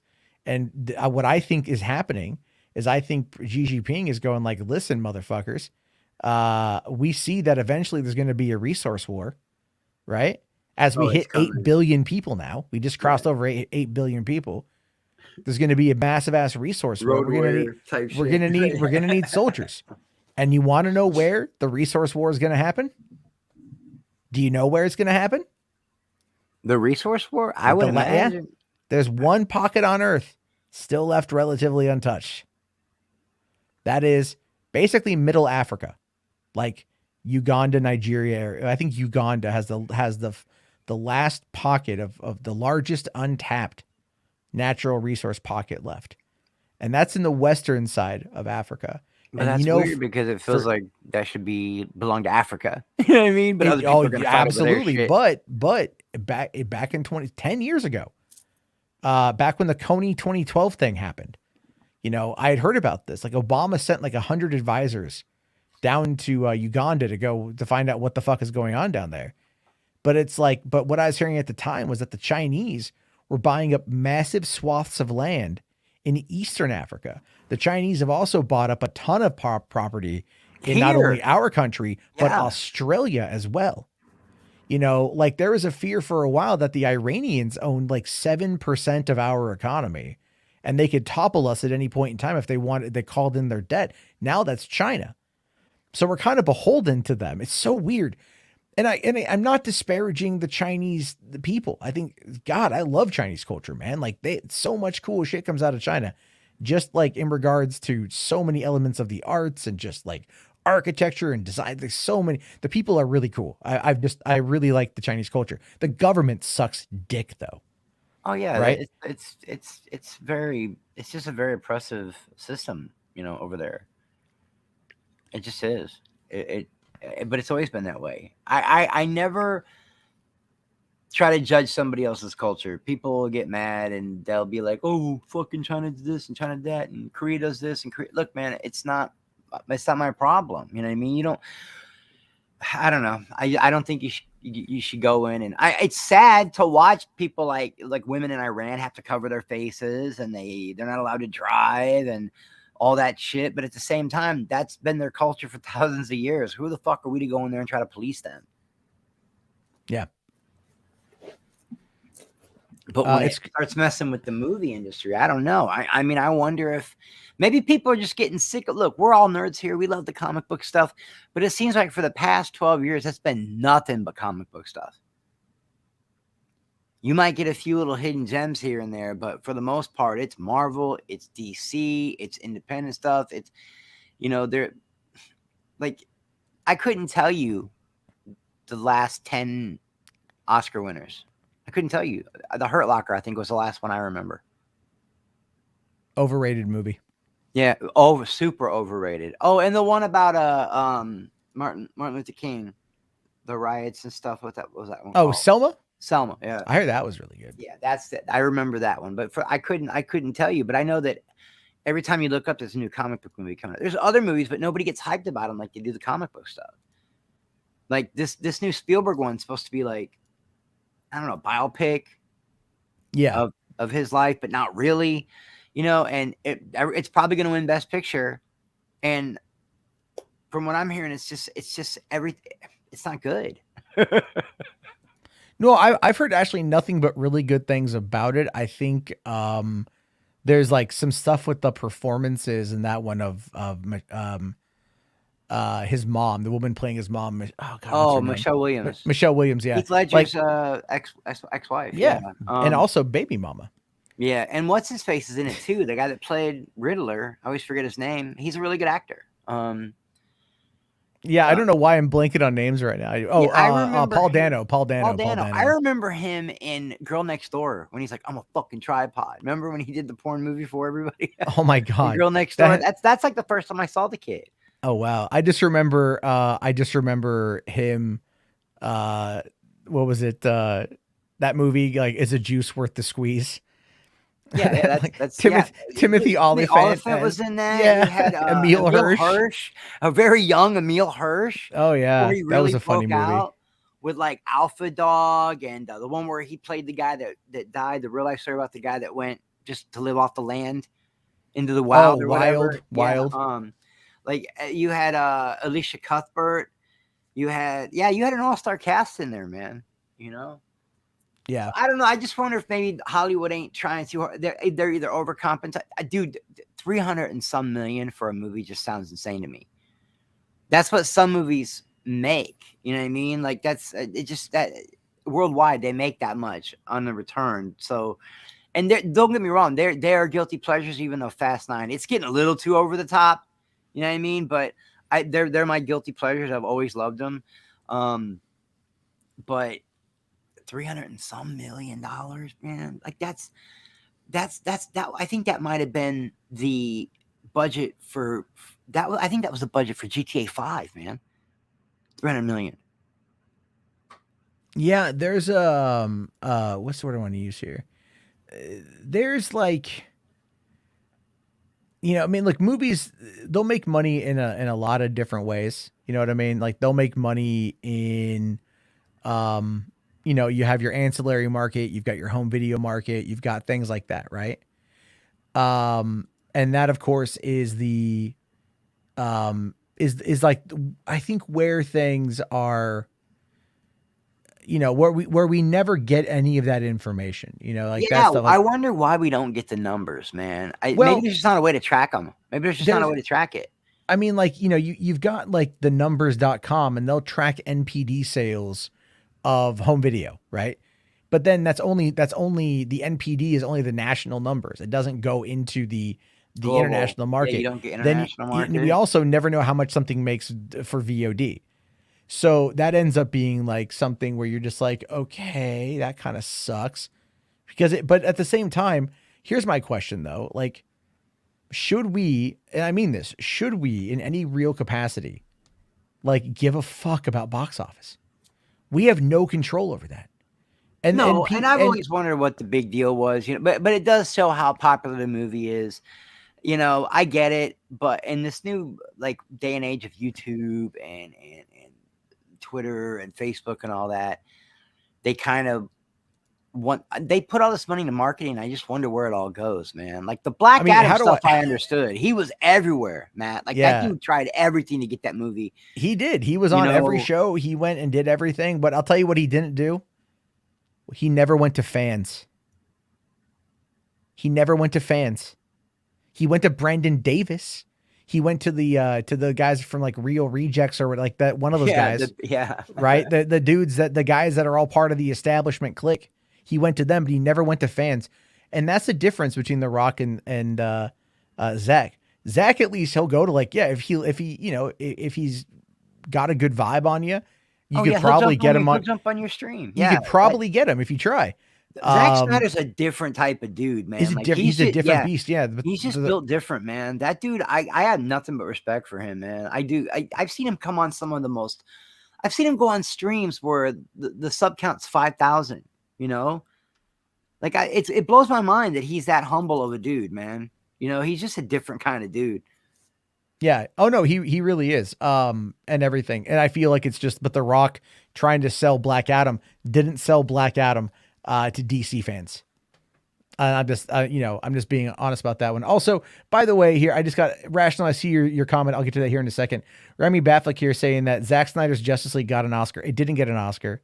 It got recognized and it got like a fan award. Yeah, It fan did award, not. fan It vote did not get an actual Oscar. at the Oscars. There's no Like, I'm category. sorry, Yeah. it didn't. And I know Snyder fans like to hold on to that. Like, Zach didn't just get one, he got two. Yeah, he had a very engaged base on Twitter. That's not something that's like uncommon. Like the other one was like Charlie D'Amelio's fucking Cinderella movie. You know what I mean? Like the one Yeah, with I James remember Corden that. and shit. Like Yeah. that started off in the lead, and you know, it just, whatever it was. And also, it doesn't matter. Like, he didn't actually, even he'll tell you he didn't get an Oscar. Like, it's one of those things where like holding on to that is pure cope, and it's, you should probably not do it. Anyway, rationally for $5, man. Thank you. Says the globalist elite, aka President Z and Biden's masters, have the planet on lockdown, and we play by their rules. I mean, I hope not. sure, right? Like, I'm sure at this point, like, whatever. Yeah, fine. Like, you know, people look. The capitalism run amok has done a lot of bad things, and we're stuck here trying to figure it all out. And I know they want to dangle shiny new things in front of us, like, ooh, look at this new movie. You know, don't pay attention to the man behind the curtain, sort of thing. But eventually, look, like I said, man, like at 8 billion people, the dam is going to break. And at that point, it could be another COVID ravishing its way through high population areas, which is major cities around the world, as well as countries like China and India, where you have like, I think what, 20 million people per square mile in India. That's like an old metric. Yeah. Oh my God. I've heard. You know, but it's I've like, heard. and again, I'm not advocating for any of that, but I think it's time with 8 billion people to start looking at the concept of like, can we advance the technology to colonize Mars? Can we do that? Yeah, well, you know, we just like figure out a way? Interstellar's going to be a biography soon. You know what I mean? I'm just saying, it's like, I don't know what's going to fucking happen, man, but like, you know, eventually, like, I could fully see there being like this massive plan to dig a trench, from like the Pacific or the Atlantic, and just like dig a trench like through America. You know what I mean? And then like to funnel water into those regions to get ships, because every major city has a port. Every major city has access to water. Every major coastal city, yeah. No, every major city has access to water. What about land? Oh, access to water. I thought you meant access to rivers and things like that. Yeah, coastal cities absolutely do, but like other cities have access to that. Yeah, I see barges all the time. I live right on the Mississippi, bro. Yeah, it's a lot of shit. Yeah, a lot of shit over there. You know, so it's like, that's kind of the whole point, access to these things. So, you know, I mean, like, they're talking about putting in an international airport by me. I live 60 miles south of, I live like, what, 50 miles south of SeaTac, of the Seattle well, airport. I need another one. Yeah, you're right by SeaTac. What the hell? It takes like 45 minutes to drive there, but they're talking about putting one in a space over by my house. And I'm like, so the space over there takes me about 25 minutes to drive there versus like the 45, you know what I mean? But it's also right next to an Amtrak station. And like, a lot of people are like really trying to push back about it, because it's kind of farmland out there. And they're like, we don't want to develop that. I'm like, dude, this area is expanding. Like, you can tell this area is expanding. And as that starts to happen, like, my property value has gone up. It's reflected in my fucking taxes. God damn, but you live in like a really nice out of the way spot. I wouldn't want to move if I was you. I've seen. I don't. Well, no, we've talked about it. We've talked about. Well, my mom wants us to move down to Portland, because because she's like, because she played that whole card. She's like, I'm like 64 and I'll be 70 before you know it, and making the couple hour drive up to see the grandkids is going to be difficult. But if you guys moved closer, and I'm all like, with what fucking money, Mom? Like, I'm house poor. Like, what are you talking about? You want me to relocate? You want me to, like, to Portland area? Like, sure. You know, like, I can't. I can't. Oregon has a 9% income tax, right? Because they didn't have sales tax down there. 9% income tax. As self-employed, that fucks you up, dude. But Washington doesn't have an income tax. So like, I'd have to like still move to like Southern Washington, which I'm fine with. It'd have better access to Portland. It's just like, I could get to go see newer movies sooner because they do a bunch of screenings in Portland. But otherwise, it's just like, fuck, man. I don't know. Anyway, Moisture here asking, when did the box office become a sporting event?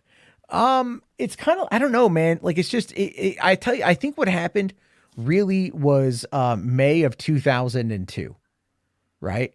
And that was when Spider-Man came out, and Spider-Man beat everything by having the largest, opening of a movie ever with like $114 million, 112 or 114. I forget which one, but that's what it had back then. And that was massive. And then after that, everyone's watching the fucking box office, Well, as long as I can remember, it always got, you'd always get it in the newspaper or something. They showed you, like, I can remember like the top 10, the top 10, but we never turned it into a fucking sport. Like, no, we didn't have social media then, and we had uppity, like, I'm going to be honest, man. These uppity motherfuckers I grew up with, like Ebert and Roper and that fucking dude with the crazy handlebar mustache. Oh, Shallot? Yeah, Gene Shalit, and we just had all these really uppity, and don't get me wrong, it's a craft, and they went to school, but I used to sit there and be like, I remember that when they like trash Goonies. This movie's going to be trash. It's not going anywhere. It's horrible. And then the two thumbs up guys, and Siskel and Ebert, and then Ebert and Roper, and then Gene Shalit, and a lot of these people. And I've never liked people like that. I would much rather get on here and listen to what somebody a true fan has to say about a movie. That seems kind of snobby, but I'm only retaliating from what their snobbiness is. You know what I'm saying? Does that make sense? Like, they're being snobby, so I'm retaliating, because I get so close-minded, man. I really do. Because okay, well, for example, right now, this is the first time I'm 48.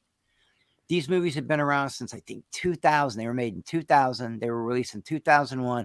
I never gave the Harry Potter franchise a chance. I always thought it was childish. It was, if I want to watch that kind of stuff, I want to watch Lord of the Rings. And I equated it to that. And I gave it one chance for my kids. I fell asleep on the chess scene. And now I've gone back and watched them. And dude, I am loving this little adventure I'm having with Harry Potter. You know what I mean? I still got 5 movies to go. I just finished Prisoner of Azkaban. Dude, there's a lot of heart in these movies. There's a lot of fun in these movies, man. I'm really enjoying these Harry Potter movies. I can't believe it. I told you. They're really good. Did you hear the other night where what people are trying to get me to hype up movies?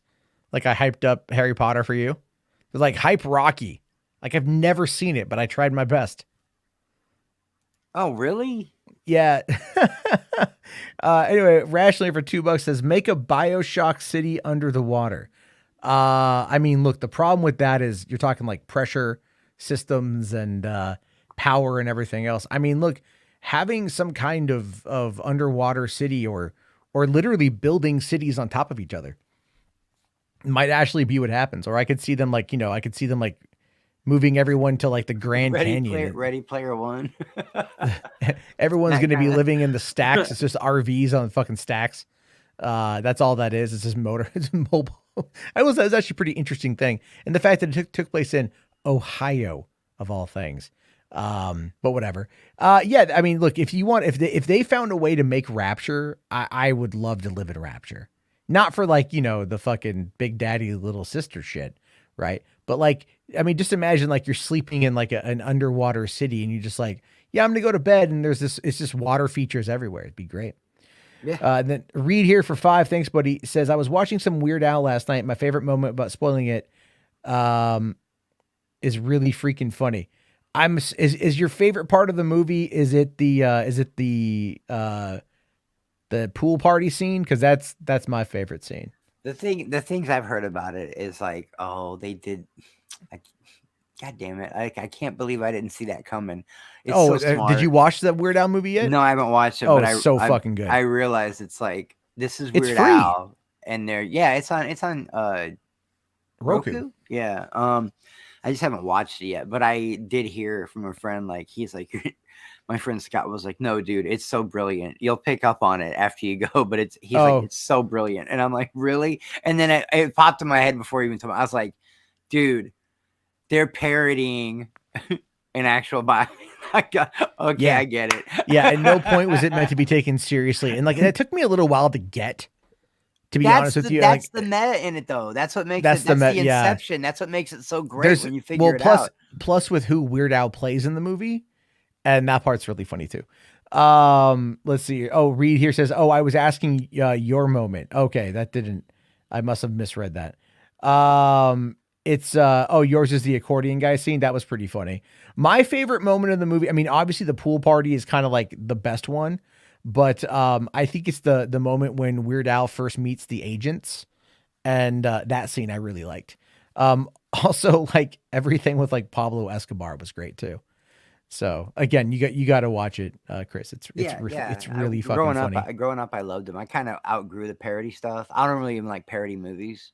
It's got to be a really good one. Like the scary movie ones don't do shit for me. Whatever the other ones that were just like Scary Movie, whatever the hell that one was called, the Haunted Houses or whatever that one was called. Oh God, with Marlon Wayans. Yeah, and like the Not Just Another Teen Movie, or I love Not Another Teen Movie. Yeah, I just never really been the 300 Spartans. I've just never really been big into parody. Oh, Meet the Spartans. Yeah, here's the thing. Meet the Spartans is functionally one of the worst movies I've ever seen. Is it really? But if you watch that movie in like 2-minute clips, it's really funny. Like if you watch it just like that movie is designed to just be clipped out and to watch like little segments here and there. But I'll tell you this about Not Another Teen Movie. One, that's an excellent parody. One of the last good ones that we've ever gotten. And there's a scene in that movie. Do you remember the scene where like they first go to the high school and the tour guide, and it's Josh from How I Met Your Mother, the main guy from How I Met Your Mother, or Ted. Oh, Ted from How I Met Your Mother. Yeah, Ted. Well, so he's touring everyone. He's like, oh, all you nerds over here, all you jocks over here, all you slutty girls over here. Well, I'd met a girl at the drive-in. Her name was Kim. Right before that movie came out, like it was I had just started working there, and I ended up talking to her. And this girl was like fucking gorgeous, dude, like fucking gorgeous. And she was like, "Oh, I was in Not Another Teen Movie," and I'm like, "What?" Like, cause she lived she lived in San Diego, within the county, but she had had become an extra for this movie. But if you're watching Not Another Teen Movie, when they do the cutaway to the slutty girl thing, and you have the blonde and like this striped sweater going slutty girls, that's her. And the thing was, man, like the very first time I met this girl, she showed me her boobs, and I was like 19, she was 18. So I was like, I don't even know why. Why are you showing your boobs? I mean, like, I was fucking like, I'm like, you can come back to the drive-in anytime you want. Like, whatever. I mean, we ended up reconnecting a couple of years later. And the last time I saw her was like 15 years ago. I went to this is so weird. She invited me to this Christmas party up at a friend's house. And so all these dudes were like bro type guys, like, cause San Diego is full of bros. I'll bet. Right? Like East County bros. And I show up and I was in, like, how do I explain this?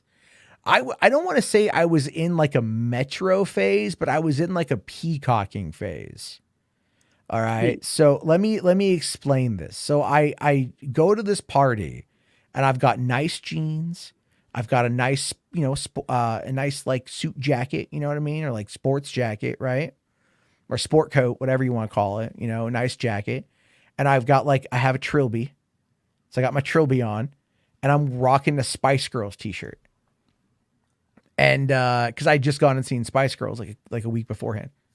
Yes, I went to that was 15 years ago, like in a couple of weeks. Went to go see Spice Girls. It was great. I loved it. It's amazing. And but anyway, like I go to this party because I ran into her at the drive-in, and like we reconnected on Facebook or on MySpace. This is how long ago this was. And she was like, yeah, like come out to this Christmas party. And I'm like, all right, great, And so I go out there and she invites me out, and like I know nobody else but her. And then like I get there and she's like just drunk with her friends and like they're doing their thing, and I just kind of like hang out like with all these bros, and I look like I'm going to like a nightclub at the Brass Rail, which was like the gay club in San Diego. Awesome club, by the way. But I'm just saying, but I was peacocking. I'm trying to I had just read like The Pickup Artist, right? Or The Mystery Method. And I was trying to like see if some of those tactics could whatever and whatnot. And it just was like, I was there for a couple hours, tried talking to people, my usual friendly self. And after a while, I was like, all right, I'm just going to bail. And then you know what happened? I got my car stuck on the way out. So then like I a whole didn't know bunch of that. her friends had to come out, and like I drove a Mercedes, an 87 Mercedes back then. And this was like off the beaten path. So the car had a lower, it got stuck just trying to get out. So then a bunch of her friends had to come over and like help push the car out. I haven't talked to her since. So, you know, like not that it was bad, but it was just kind of like, I don't quite No, know. that's not a great night though. It just wasn't a great night. Yeah. Like I messaged her afterward. I said, hey, thanks for, you know, inviting me and whatever. She never responded. And I was like, all right, cool. Like, you know, I'm just like, all right, now I know that's not the thing. I made my shot. You know, cool beans and shit. It's just the shit. Yeah, you got to shoot your shot, man. You got to shoot your shot.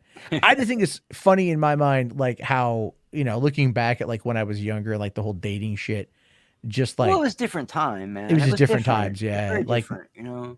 like one of my you know, friends of mine have become single like as they get to like their mid to late 30s or early 40s, and it's like I couldn't even imagine. I couldn't even imagine. I'm done with it. I'm done. Like I'm done. I looked into it. Like I had my first wife, God rest her soul.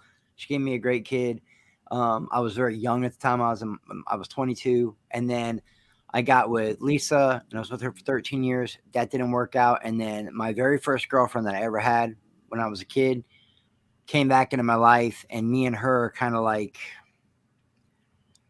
we're exclusive to each other for the most part, but we don't live with each other or nothing. I might not see her for a week sometimes. You know what I mean? It's just Yeah. And she's 50 and she looks like she's 29. So I lucked out there. You know what I mean? But I can't imagine what it'd be like to date right now, because 90% of dating in this day and age it all depends on which direction you swipe. You know, it's crazy. Like everybody wants to be an Instagram model, or all these girls are looking for men that like, well, he's got to make at least 100 grand before he can get with me. Like, I don't think people understand really how hard that's upper level, crazy amounts of money. You don't just go into a job and start making 100K, you know? And when you do start making that kind of money, you are putting in so many hours. I don't think these girls understand what level you are at if you're making that kind of money. Well, I mean, to live like in a single bedroom apartment in Seattle, you've got to have a medium income, I think, of like $125,000. That's a medium income. Yeah, if but you the live cost in a of two, living there is different, right? Don't they get it's paid so different? insane. It's so insane. Yeah. So, Yeah. because New York was like that. Well, Jersey. I was in Clifton, New Jersey, but I worked in New York for 18 months. I was doing a lot of art there, and I was getting to sling a lot of ink there, man. And all because I got published one time. It's a long story, but so I remember them saying not only is Jersey the most densely populated part of our country, but it's the most expensive place to live in our country. And I'm like, what? Jersey? Really?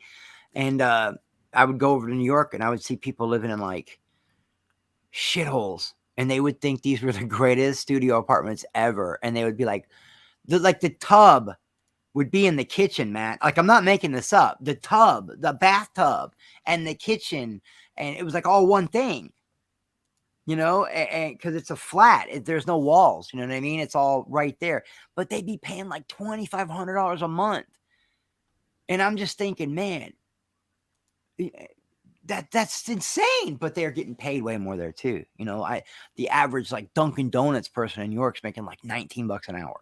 Yeah. I mean, even out here, like like minimum wage isn't 15 an hour, I think, or it's going to be 15 an hour here pretty soon. But like, even like Panda Express is saying like, if, you know, here's like our pay scale, you know, like if you can start off at 17 an hour and then you can work up to like 23 an hour to just work at fucking Panda, like being a chef, right? But then if you become a manager, we were young and we were getting our first jobs, and we thought like, look, we got our dreams we want to chase. Whether it's I always wanted to be a writer, you know, I always wanted to be a writer, or I always wanted to make movies, but somehow I ended up being an artist. It's just it gravitated that way. I ended up doing some time.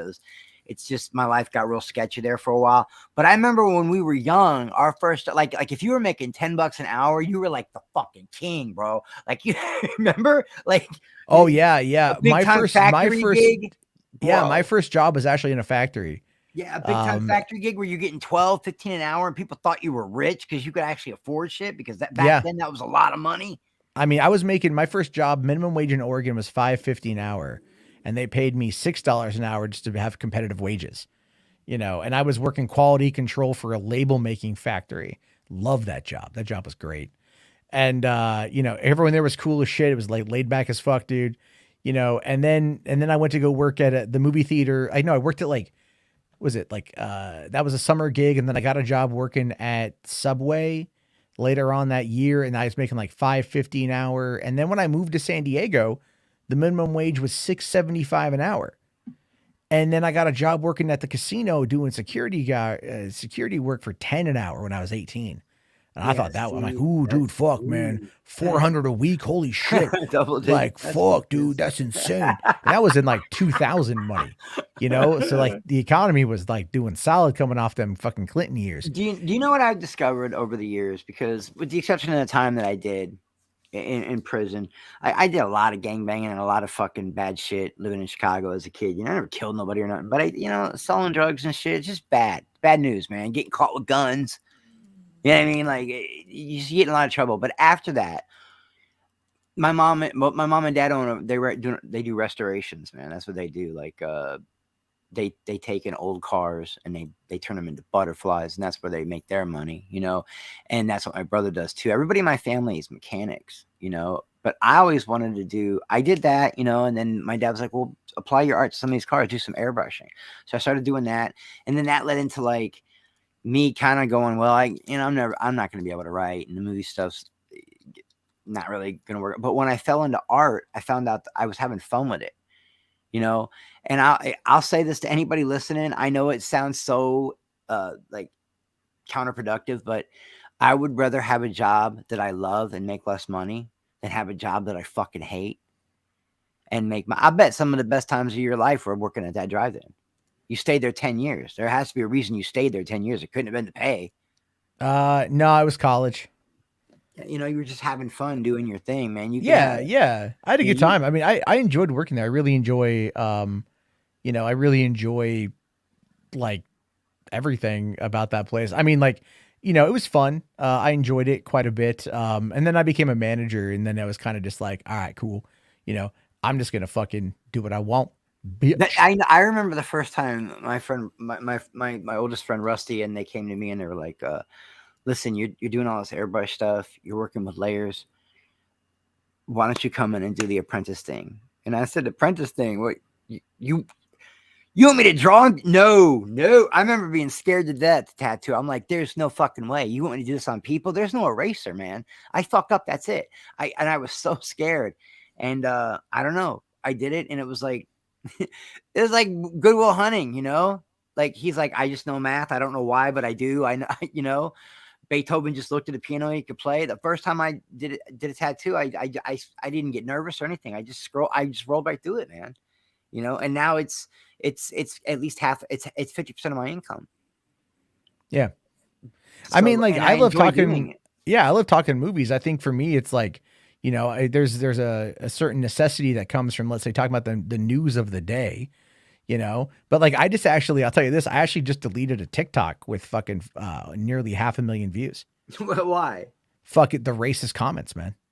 Oh, like, really? So I covered this story, and I actually haven't uploaded it in like weeks now. I just like, it really burned me out. Like, it really bothered me. Like, it's so weird. I don't talk about this shit, but it's like, I posted, there's a story happened 15 years ago in Knoxville. White couple kidnapped, killed by 5 black perpetrators. It's a terrible, terrible story. And it's like, I finally talked about it. Kind of like that stuff that happened in Cleveland. Remember the Cleveland stuff? Where they took the boyfriend and the girlfriend? I think I know what you're talking about, but this was like, this is bad. This is like bad. You know what I mean? And like this story brings out, fuck, dude, it brings out the people. It brings out that emotion. Like, and I get the guttural reaction to it. I really do. I understand like but it's like, fuck, man. Like, I mean, like I had to kind of like sanitize the story for TikTok a little bit, because you have to do that. You have to sanitize stuff, which I fucking don't like. TikTok. YouTube, I can kind of say whatever the fuck I want. It's generally okay. But like TikTok, it's all like, if I say suicide, it's all like, oh no, everyone's like, unalive yourself. And I'm like, it sounds cooler to say sunset. Just saying, trying to make that a thing over there. But anyway, it's just like the comments are just like, I'm taking it back. Yeah, I'm taking it back. Yeah. Fucking I'll tell you this though, the very first time I heard the term porch monkey, I did not know that it was racist, and then I found out later on that it was racist, and I went like, wow. And then here comes Clerks 2, and they're like taking it back, and I'm just like, Yeah, I that's always fucking know. funny. I always know. That's fucking funny. It was so funny because the term was this for my usage of it, or my understanding of it, I should say. My friends used that to call one of our friends, call him that, and because he was a lazy ass stoner who always just like hung out at home all day, and like he was Jewish, and ever so this is like you don't think about when you're a kid. By the way, you hear this No. shit when you're like a kid. You're like, yeah, that's no big deal. Then later on, you're like, oh my god, I'm a horrible individual. I just always thought that was kind of fucking stupid funny. But no, it's like what I mean, like this whole story is like this. It's so terrible because like it just shows you the evolution of character. I just want to point this out, so I'm bringing it up. It's like these people are saying like really horrific things in like the comment section, and it's like impacting me mentally. I'm just like, oh my god, it's gross. Like it's just so gross. Like, ew, what are you guys doing? And I'm usually pretty good at like withstanding a lot of the shit on the internet and like not being phased by any of it. But like for some reason, I'm just like, this is exceptionally vitriolic. There's anger here that is like completely different than the other shit that I deal with. I just, I'm like, it made me realize like I don't want to cover this kind of crap. Like like an unsolved murder is one thing, or a true crime thing is one thing. But when it's like going into something like this, that's like so fucking like, it's like, it brought me like a couple hundred new or followers for the channel. But it's like, man, I don't think it's the kind of people that I want. You know what I mean? Like, it's just, it was gross. It just bothered the fuck out of me. It just bothered the Yeah, that absolute shit can hell out get of dark, and then the reaction to it can be even darker. I remember when I was young, I could watch almost anything. As I grew out of gore. I'll watch gore, but I grew out of it. But things to this day that I still can't watch. It could be network television. It could be Criminal Minds, which is one of my favorite shows of all time. But anything that involves children or women being you know what I mean? Like being assaulted. I can't. I'll have nightmares about it. Once you become a father, that shit hits different. Once you become a father, anything you hear that involved a child, it all hits different. And the ones that really fuck with my head the most are like, I can't imagine harming a child on any level, but to harm your own child, yeah, that blows my fucking mind. Yeah. Like, I don't know how people can do it. There's nothing more important to me in my life than my kids. Nothing. Yeah, it's some of the stuff I try to avoid stuff with kids. Sometimes though, it's like, or I don't know, it's so weird. But yeah, it's the tough part of the internet though. It's like Reed here says, true crime can get dark. I don't mind the darkness as much. It's like sometimes the darkness is fascinating to look at. Yeah, the darkness is fascinating. It's our morbid curiosity, but it's when you find out other stuff. You know what I mean? think it's also it's the reaction from other people. You know what I mean? Like that's part of it too. But it's like, look at like the Gabby Petito thing was a year ago. Yeah, and like people went fucking ape shit over that. I can't imagine what social media would have been like in '93. Because in '93, following like the OJ thing. No, '93, the West Memphis, Arkansas. Oh yeah, that would have been Damien bad. Echols and the three little. Or what about the attack on the World Trade Center in '93? The World Trade Center bombing in '93. Yeah, that was crazy. I can't imagine what social media. But I remember watching that documentary. They're still on HBO. There's 3 of them now. It's called Paradise Lost. Didn't Peter Jackson produce those? I don't know, but I know they showed the dead bodies of those little kids at the beginning of the movie. They showed the actual crime scene footage, and it fucked me up for a long time. And as you watch those documentaries, you keep telling yourself, yo, these kids ain't monsters. They're really this is a witch hunt. They're really innocent. What the fuck? What the fuck? And then you watch the second one and more evidence comes out and you're like, let them out. You know they're fucking innocent. What you put these motherfuckers in prison because they wore Metallica t-shirts? What? And painted their fingernails black? Social media would have lost their fucking. And the third one's about them actually getting out. The DNA finally proved it wasn't them. But they spent 18 years in prison. Kids, man. And didn't they also have to like plead guilty, to a lesser charge? They had to plead that law where you're not admitting you're pleading guilty, but you're not admitting you're guilty, and the prosecution is letting you allow to do that, and the prosecution's not really calling you guilty, but you are. It's Yeah, called I get that. called something act, the something law. It's I based get it. on, I get it. you know, and these guys had like they had motherfuckers coming out, man. They had people like they had Lane Staley for a while coming out for them. They had Eddie Vedder. You know, it was like a whole nother hurricane thing, because once these, it took years for these documentaries to really pick up, and people went, holy shit, when did this happen? Because that was a big deal. You know, 3 10-year-old, 8-year-old, 9-year-old boys get murdered and sexually assaulted in this little patch of woods behind some trailer park in West Memphis, Arkansas. And then they arrested 3 teenage boys for doing it.